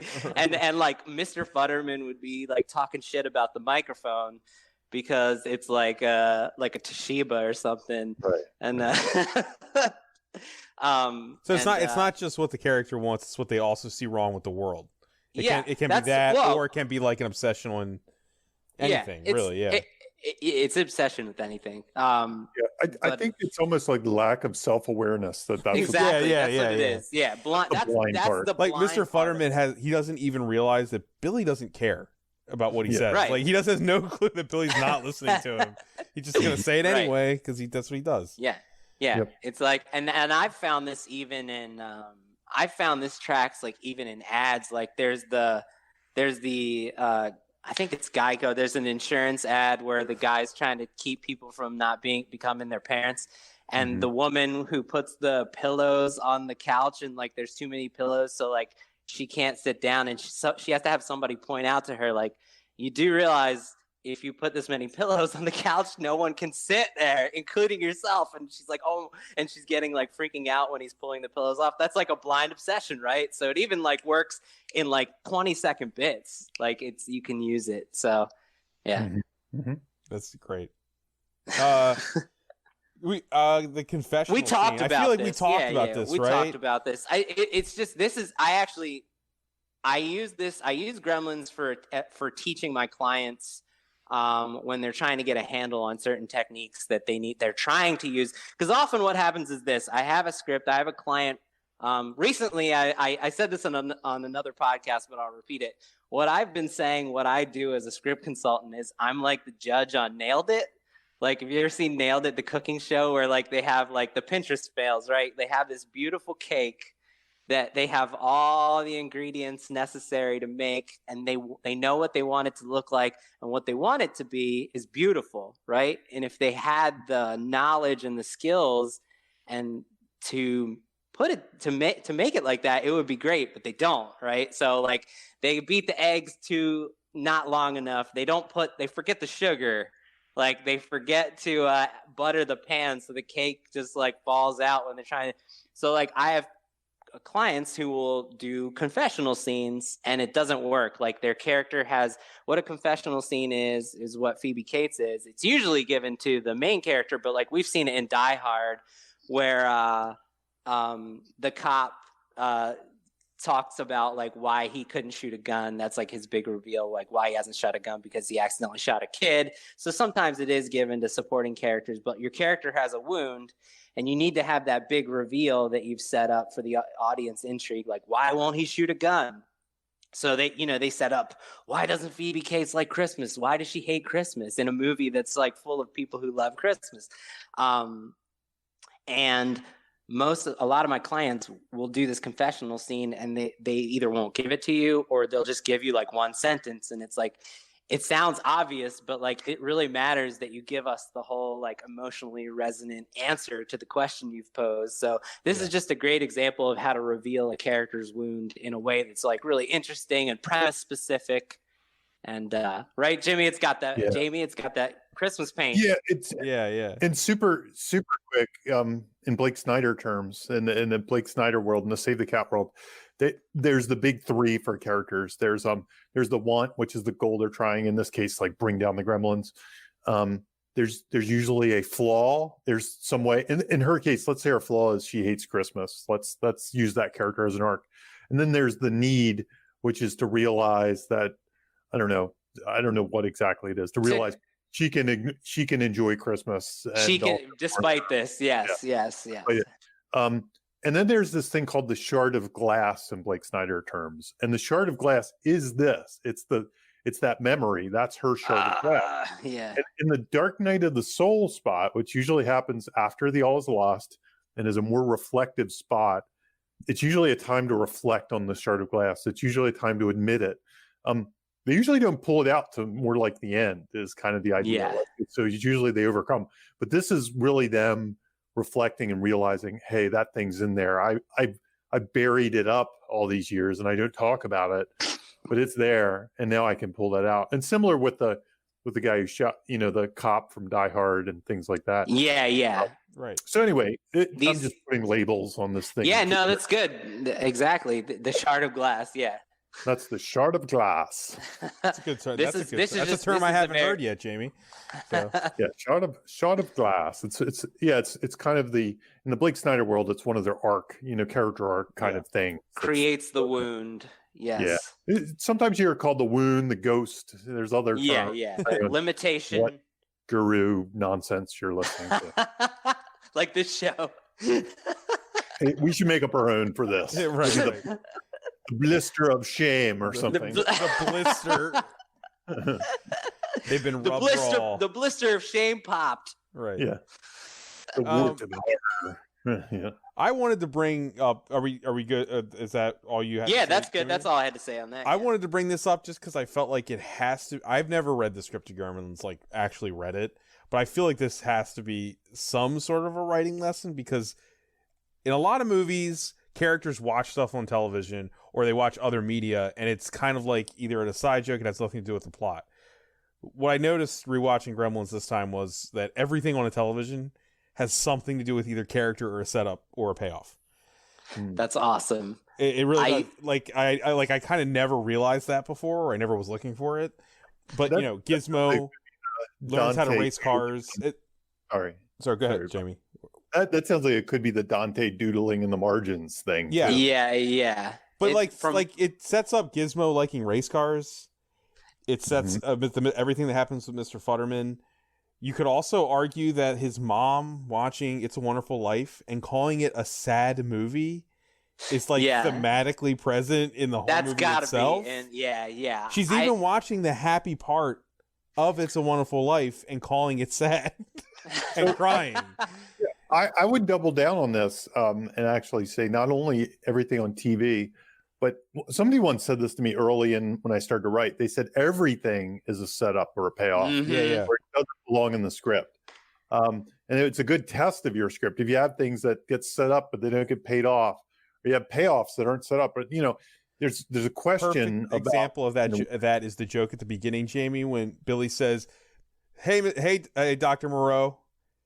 Mm-hmm. Like he literally, there's an Island of Dr. Moreau joke right at the open, which is right.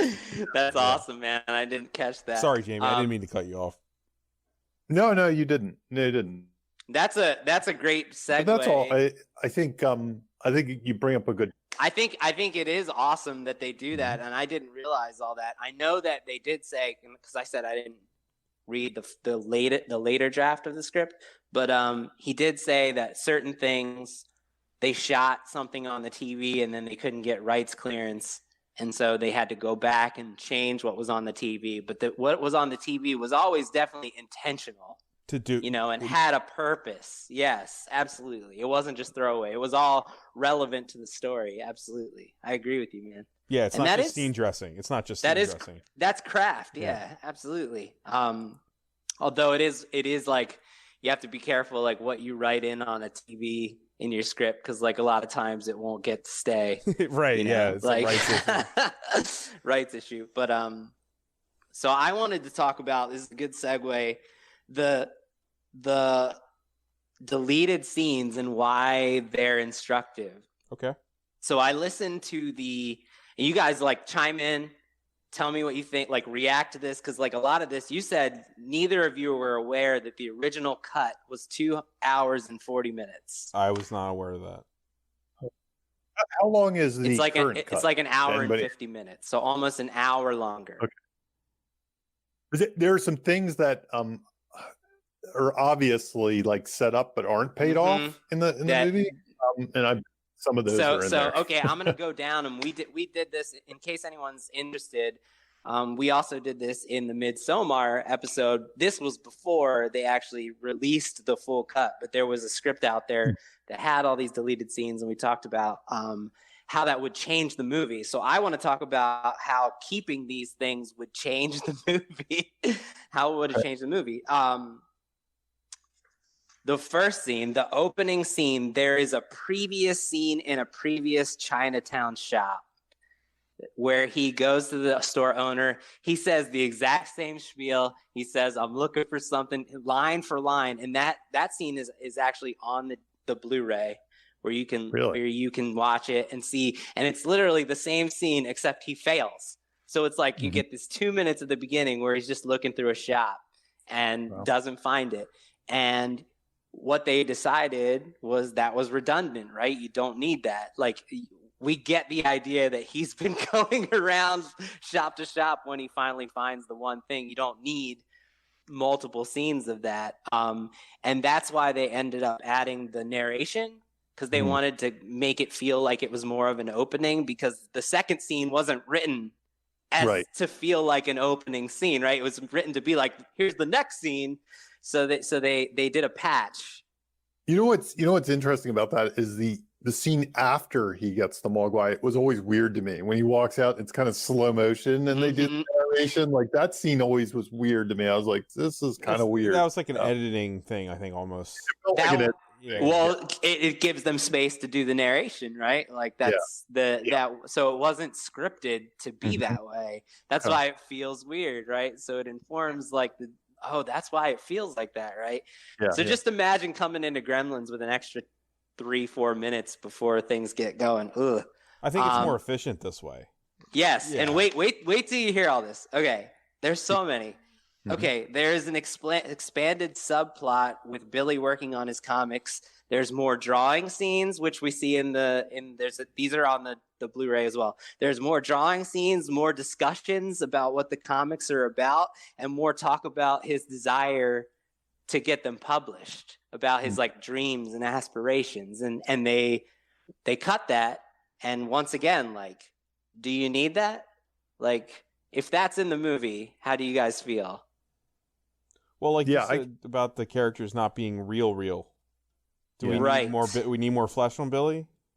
That's right. If that's a good point. Like, it would make him. That's pushing the realism. It sounds like it gives him more of an arc. If I compared it to something, it'd be a little bit like Back to the Future, showing the music scene, like when he auditions a little bit. Yep. And we'll get into that in the original draft. There's stuff like that. Okay. There is a subplot, and they actually shot this, and this is actually in the Blu-ray as well. There is a subplot with the bank manager, the old guy, where he's obsessed. He has a comic obsession with punctuality. He's constantly pointing his watch.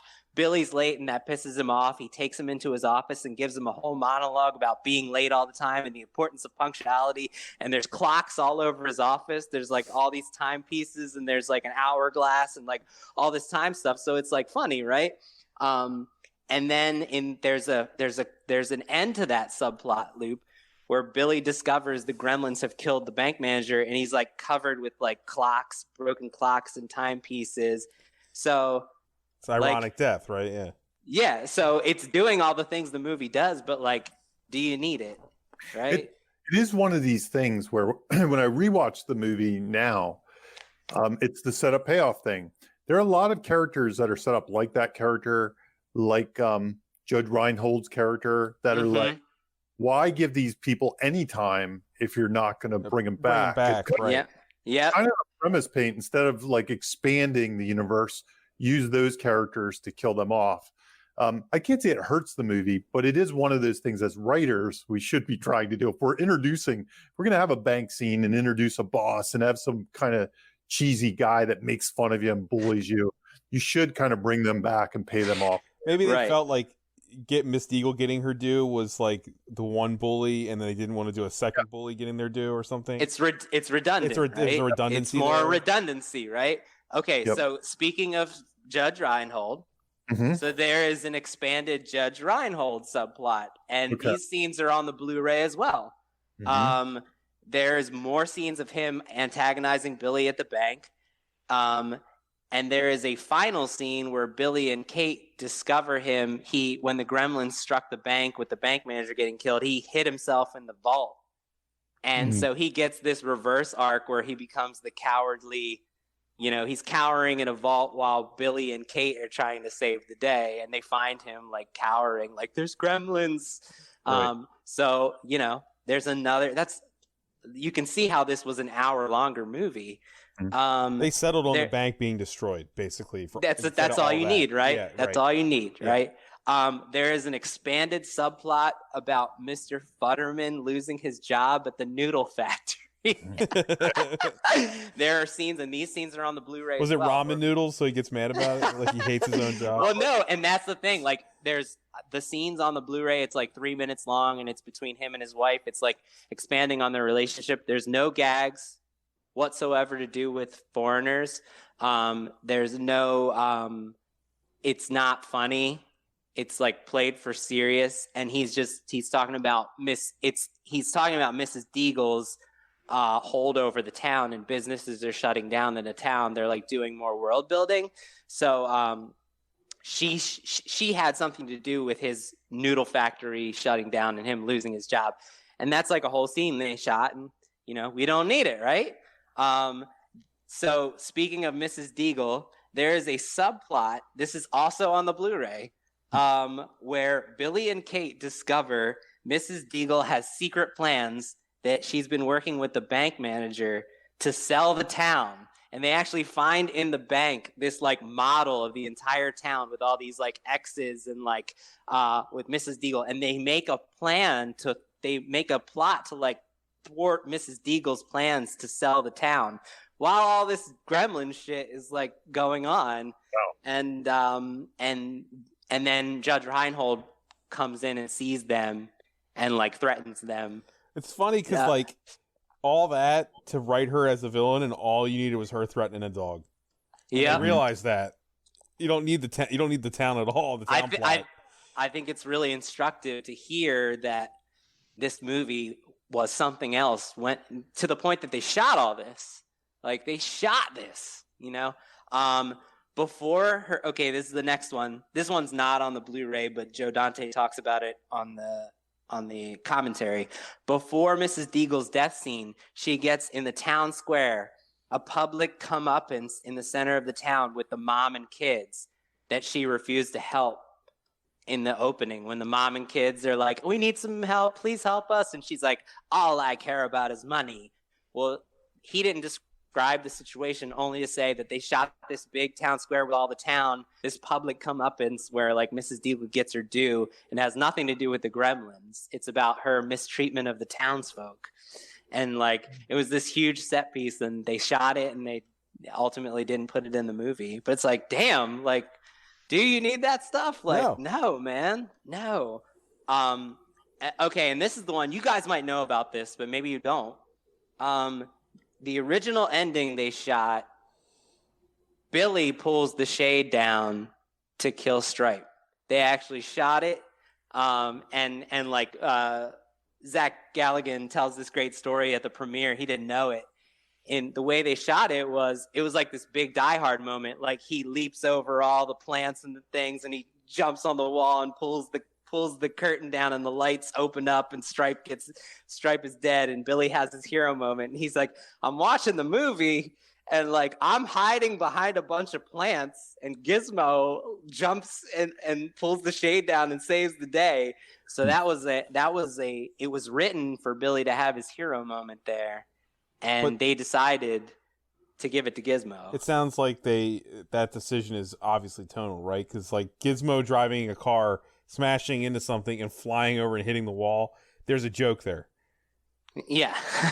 Basically, and the Billy thing wouldn't be funny. It would just be a hero moment. Right. Yeah. And that stuff was shot after. That was a reshoot, the car Gizmo stuff. And that had to do with, so this is, we can get into this in the next set of topics, but Gizmo, to the point of shooting, even all the way up to like a few weeks before they were planning on shooting, Gizmo left the movie as soon as the big Gremlins came, like as soon as Stripe exists. Gizmo was not planned. He was not created, like the puppets, to be in the movie after the midpoint at all, ever again.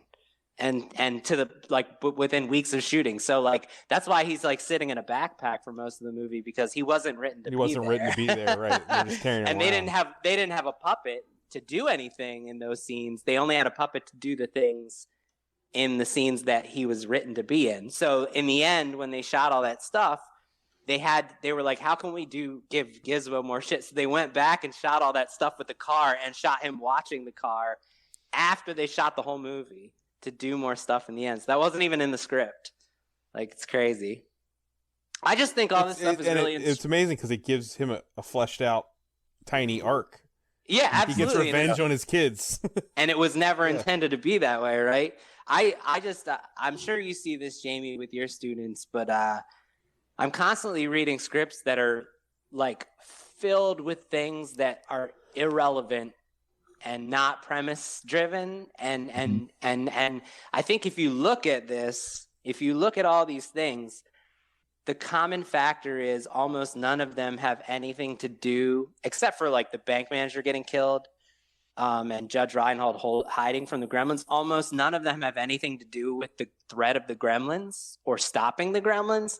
So they're like inconsequential, like they close all the loops, but like they're not consequential. And this is like an arc plot movie. So the Miss Deagle stuff to me seems the most insane. Like all that time spent on her, when it's like what's in the movie is absolutely enough to justify her character's death. Can you imagine another like 30 minutes? Yeah. No, it seems like it's a different movie almost.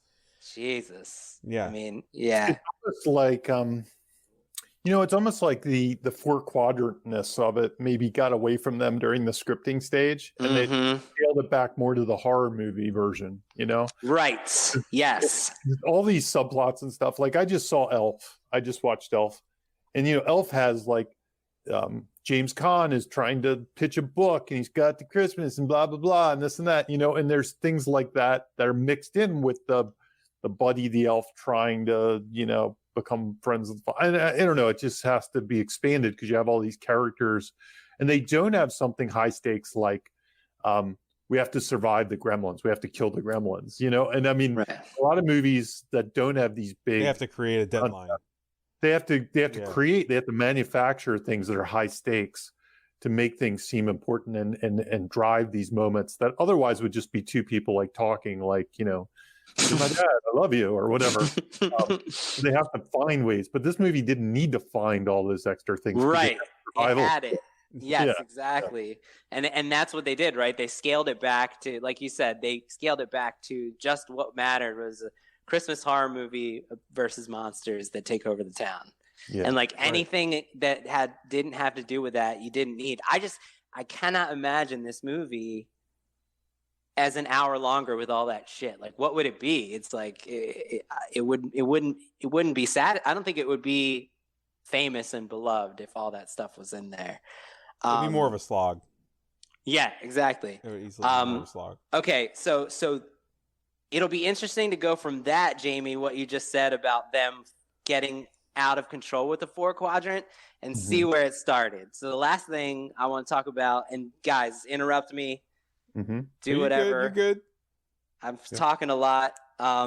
You did your homework, man. I did my homework.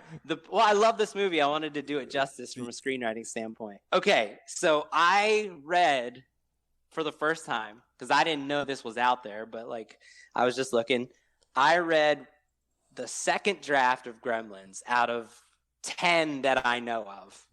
And famously, like when Spielberg bought it, it was close to this. And he always wanted to turn it into more an Amblin-friendly thing, right, Jamie? Like that was always his thing. That was why he picked it up, right? Right.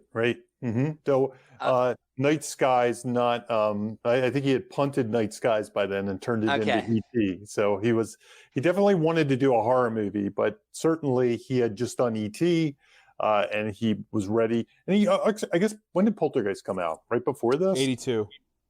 So this was this. So this script is actually dated 82. So strangely enough, because Poltergeist and E.T. kind of went down the same track. They were made at the same time. He probably had become the E.T. guy at this point. So he probably didn't want to take a step back to be the Night Skies guy, which was the thing that never got made. So that makes sense. So this, I'm hoping, illustrates the power of rewriting. We did this with Back to the Future, and it was like mind blowing. Like the third act took place like at a desert military base.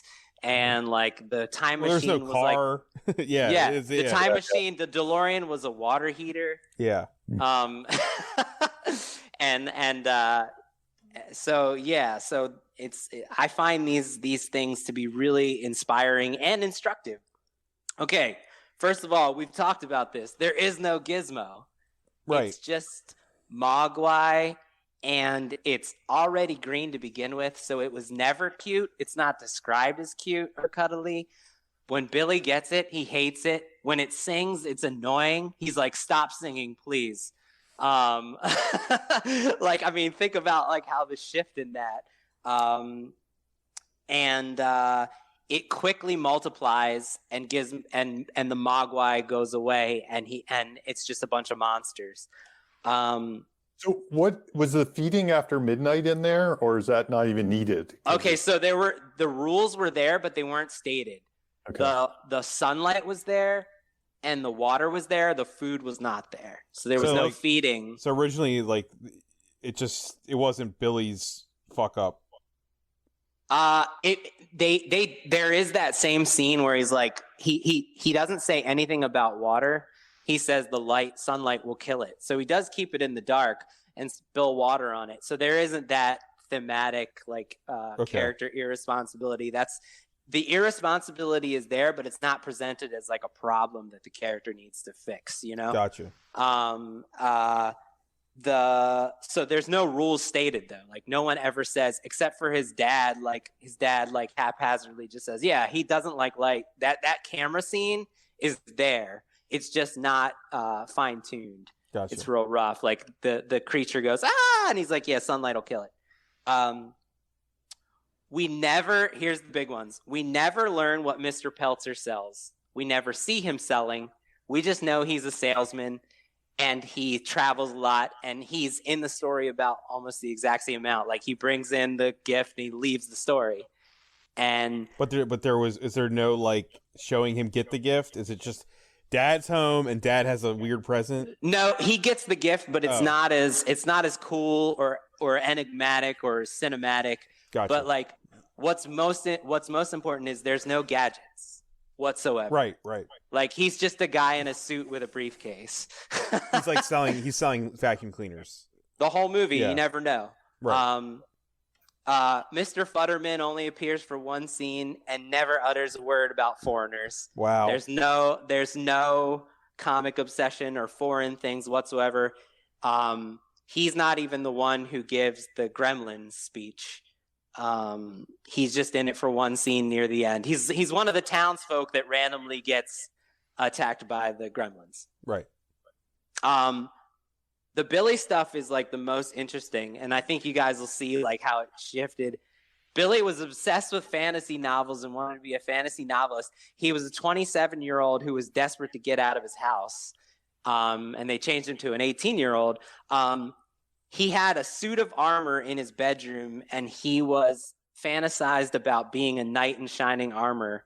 And he, during the course of the story, got a sword from an antiques owner, and he carries the sword in every single scene for the rest of the movie. So, you think that's where the swords on the wall came from? Absolutely. Yeah, it has to be, right? So, I think what's instructive is like, look how much easier that makes it for the hero to, like, fight, right? He's got a sword in every scene.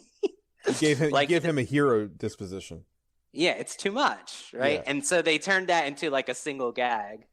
Also making Billy harder to be relatable, because Billy's relatable now because he's just so vanilla. He's a vanilla, yeah. Vanilla nice guy, but that would make him unrelatable to a lot of people, I think. Yeah, if he wanted to be like a D&D guy, you know? And Kate is named Tracy, but I'm just going to call her Kate for the rest of the time. Kate doesn't have an I don't celebrate Christmas backstory. Instead, she just wants to leave the small town and has dreams of moving to Paris. So, and she's just like tags along the whole time. She's given a tiny bit of agency, but for the most part, she's just like a bland love interest for Billy. She doesn't have anything interesting about her. Kate has a boyfriend. What were you going to say, Bob? Well, I was going to say, Jimmy, with everything you're telling us, even with the deleted scenes and everything you're saying right now, it seems like it was written as a movie about a small town and young people wanting to get out of this life and this world. Like conceived, right? Like conceived as like the like it was like almost it was a commentary on small town life and the new face of it. Like, kids don't want to live like this. They want to go out and do the big thing, go to the city. Exactly. Like he wants to be a novelist and a knight in shining armor. And small towns have people like Miss Deagle controlling them and owning them. You know what I mean? Like, it's all it's a small town movie, but that was all excised. Exactly. In favor of the Gremlins. And so two things. They give her the dead dad monologue is there, but it's given to this old guy in the antique shop who's in like one scene and sells Billy the sword. So you can see, I often tell my clients, usually the answers to your problems are already there on the page. And you just have to like fine tune and figure out, like, you knew, like Chris Columbus knew he had to have this monologue about this Christmas premise specific urban legend. And he was like, but he gave it to the wrong character. Yeah. I'm running into that. It's funny. I'm working on a script now, and I have a mentor character, and I have kind of a love interest character, and I'm constantly swapping their dialogue back and forth. Like, that's awesome. Yeah. It's kind of the same thing. You know, I'm like, do I want the mentor character? Because they're both kind of mentors. They're helper characters. They learn from them. And as I find this story, I'm constantly being like, no, this character should say that, and this character should say that. And I'm constantly switching those things around. So I can see that. So this is like absolutely relevant to like when you're writing a screenplay and trying to figure things out. I think so. So it makes sense that it was shuffled that she would get that moment. Yeah, eventually they were like, okay, who's going to get it? She's the one. And this makes her more layered. It makes her more interesting. It makes them closer. Yes. Oh, it justifies the kiss. Yeah, that's a good point. Yeah. I like that. It makes the story more relevant too, because if it's throwaway thing some antique guy says. You know, right. Who's this guy again? Right. And it's one of those things where people fall in love with those side characters instead of giving the stuff that they love to the main characters, which happens a lot. I mean, we all do it. Kate has a boyfriend, Gary, who is in all the scenes with Billy and Kate during the Gremlins action, and he creates like internal fights between the three of them. And his primary function, like you can see the wheels, the choices, and why they chose what to do what with the next drafts.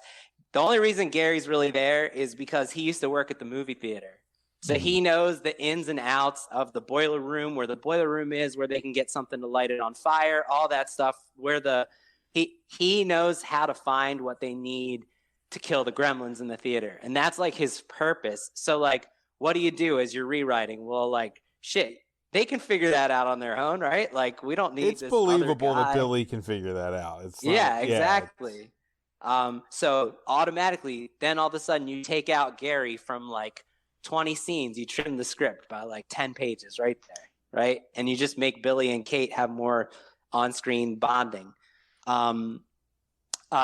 Billy has this is great. Billy has a climactic confrontation with Mrs. Deagle at the bank where he says, "Mrs. Deagle, I think you're an ugly old fart, and I hope you fall down on the ice and break your fucking neck, you bitch." He should have kept that. Yeah, I mean, but that is so out of character for the character we eventually got. Holy crap. Well, and it's even out of character for the Billy in the script. And I think it's a great lesson in tonal imbalance, right?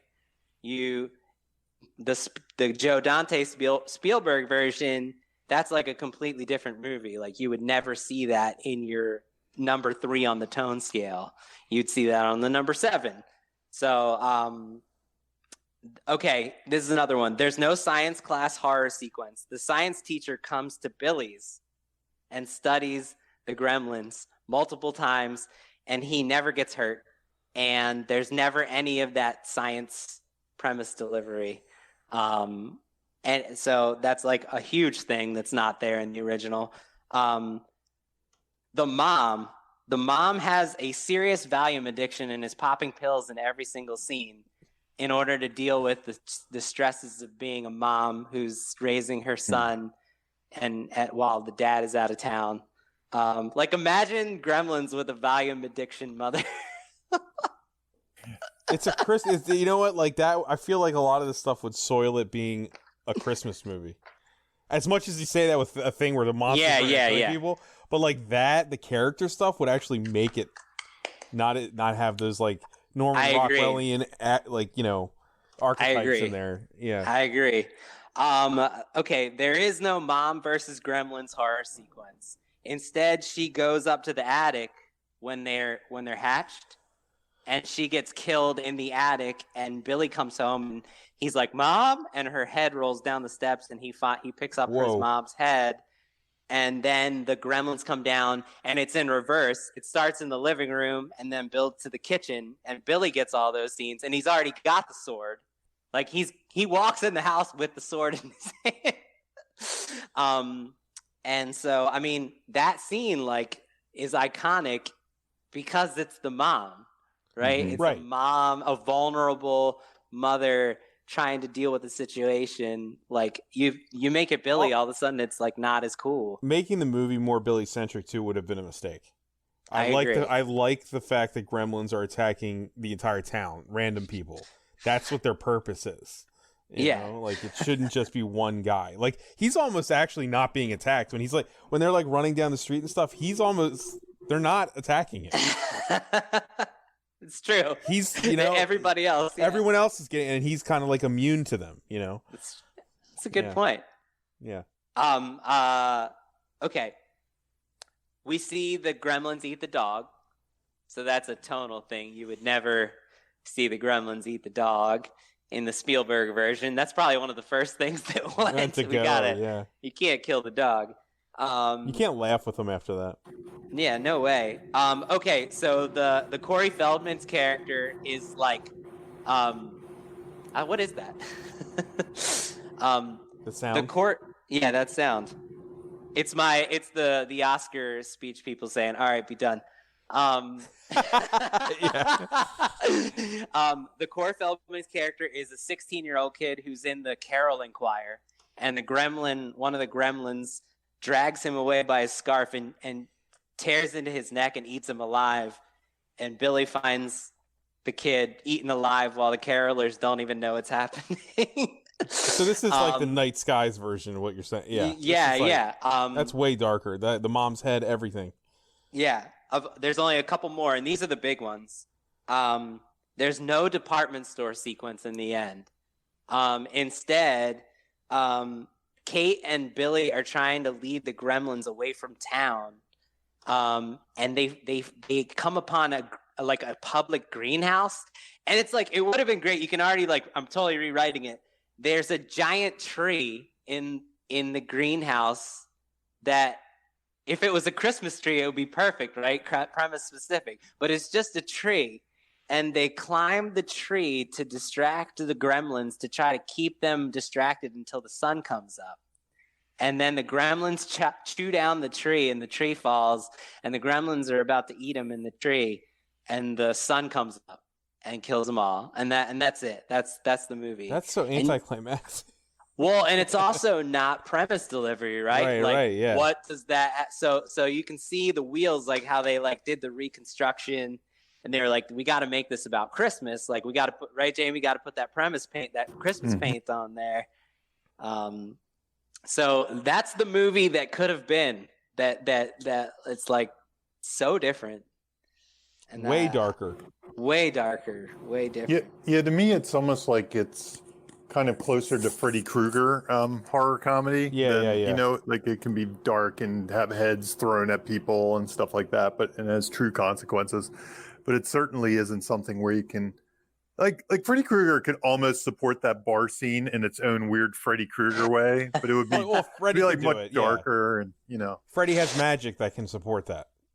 It does. Yeah. But I think it's really inspiring to learn those things, to see like your favorite movie, or like movies that you love, like they're dealing with the same problems on the page that you are when they begin. Like, things aren't working, things aren't like as awesome as they could be, things are like irrelevant, inconsequential, not premise specific, and like, you know, you can see it took them 8 drafts with Joe Dante and Steven Spielberg, you know, influencing these drafts to get to the movie that we saw. And even after that, they shot a 2 hour and 40-minute version that had all this shit that you didn't need. So I feel like it's very inspiring to learn. Carving these a canoe out of a redwood tree.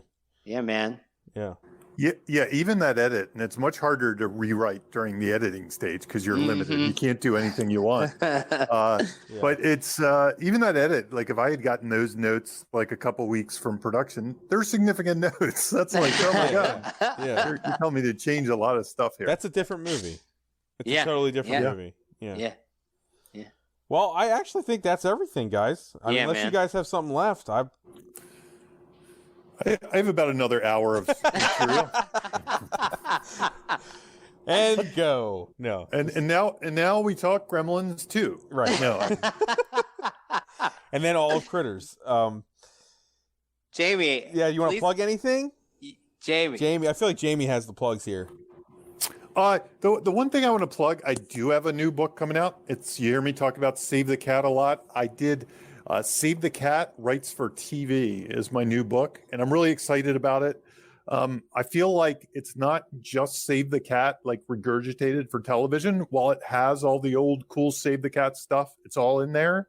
It's got a lot more. It like almost doubles up like some of the things that can help you conceive your television show. Write a pilot. It's focused on writing pilots, which are just different animals than any other kind of screenwriting, because they're setups, but they also have to have catharsis and be full stories, and they have to be exciting and stuff. So I'm super thrilled to get that out there, and it'll be out March 30th. So depending on when of 2020, depending on when you're listening to this, you can pre-order it now at Amazon. And let's be clear to anyone listening. This is an official Save the Cat book, right, Jamie? Absolutely. Like Jamie, like official. Like we're sitting here with a guy who wrote a Save the Cat book on a show that is kind of based on Save the Cat. I think that's pretty awesome. There you go. Yeah. It's not. Yeah, we do. Jamie downplays himself, but you know, it's got like a different cat or something. It's like the asylum version of Save the Cat. No, it's the real Save the Cat. It's in the series. It's in the series of Save the Cat. I love it. I think it even, I know it even says like on the bottom, you know, based on the books by Blake Snyder, which is always an interesting way that they always pitch this stuff. Yeah, and you get half of the screenwriting world groaning at that, and the other half loving it. Like absolutely. Well, they can groan, but still, Jamie, congratulations! Congrats, man! It's so awesome. Thank you for still doing the show with us. I have. Yeah, no, I hope some of the listeners will pick up here. Please, you know, a lot of the everyone stuff buy is it. workshopped here, so I think the listeners will find some of it familiar. Yep. I have one thing I want to plug. Unless Jamie, did I cut you off? Do you have any other things you want to plug?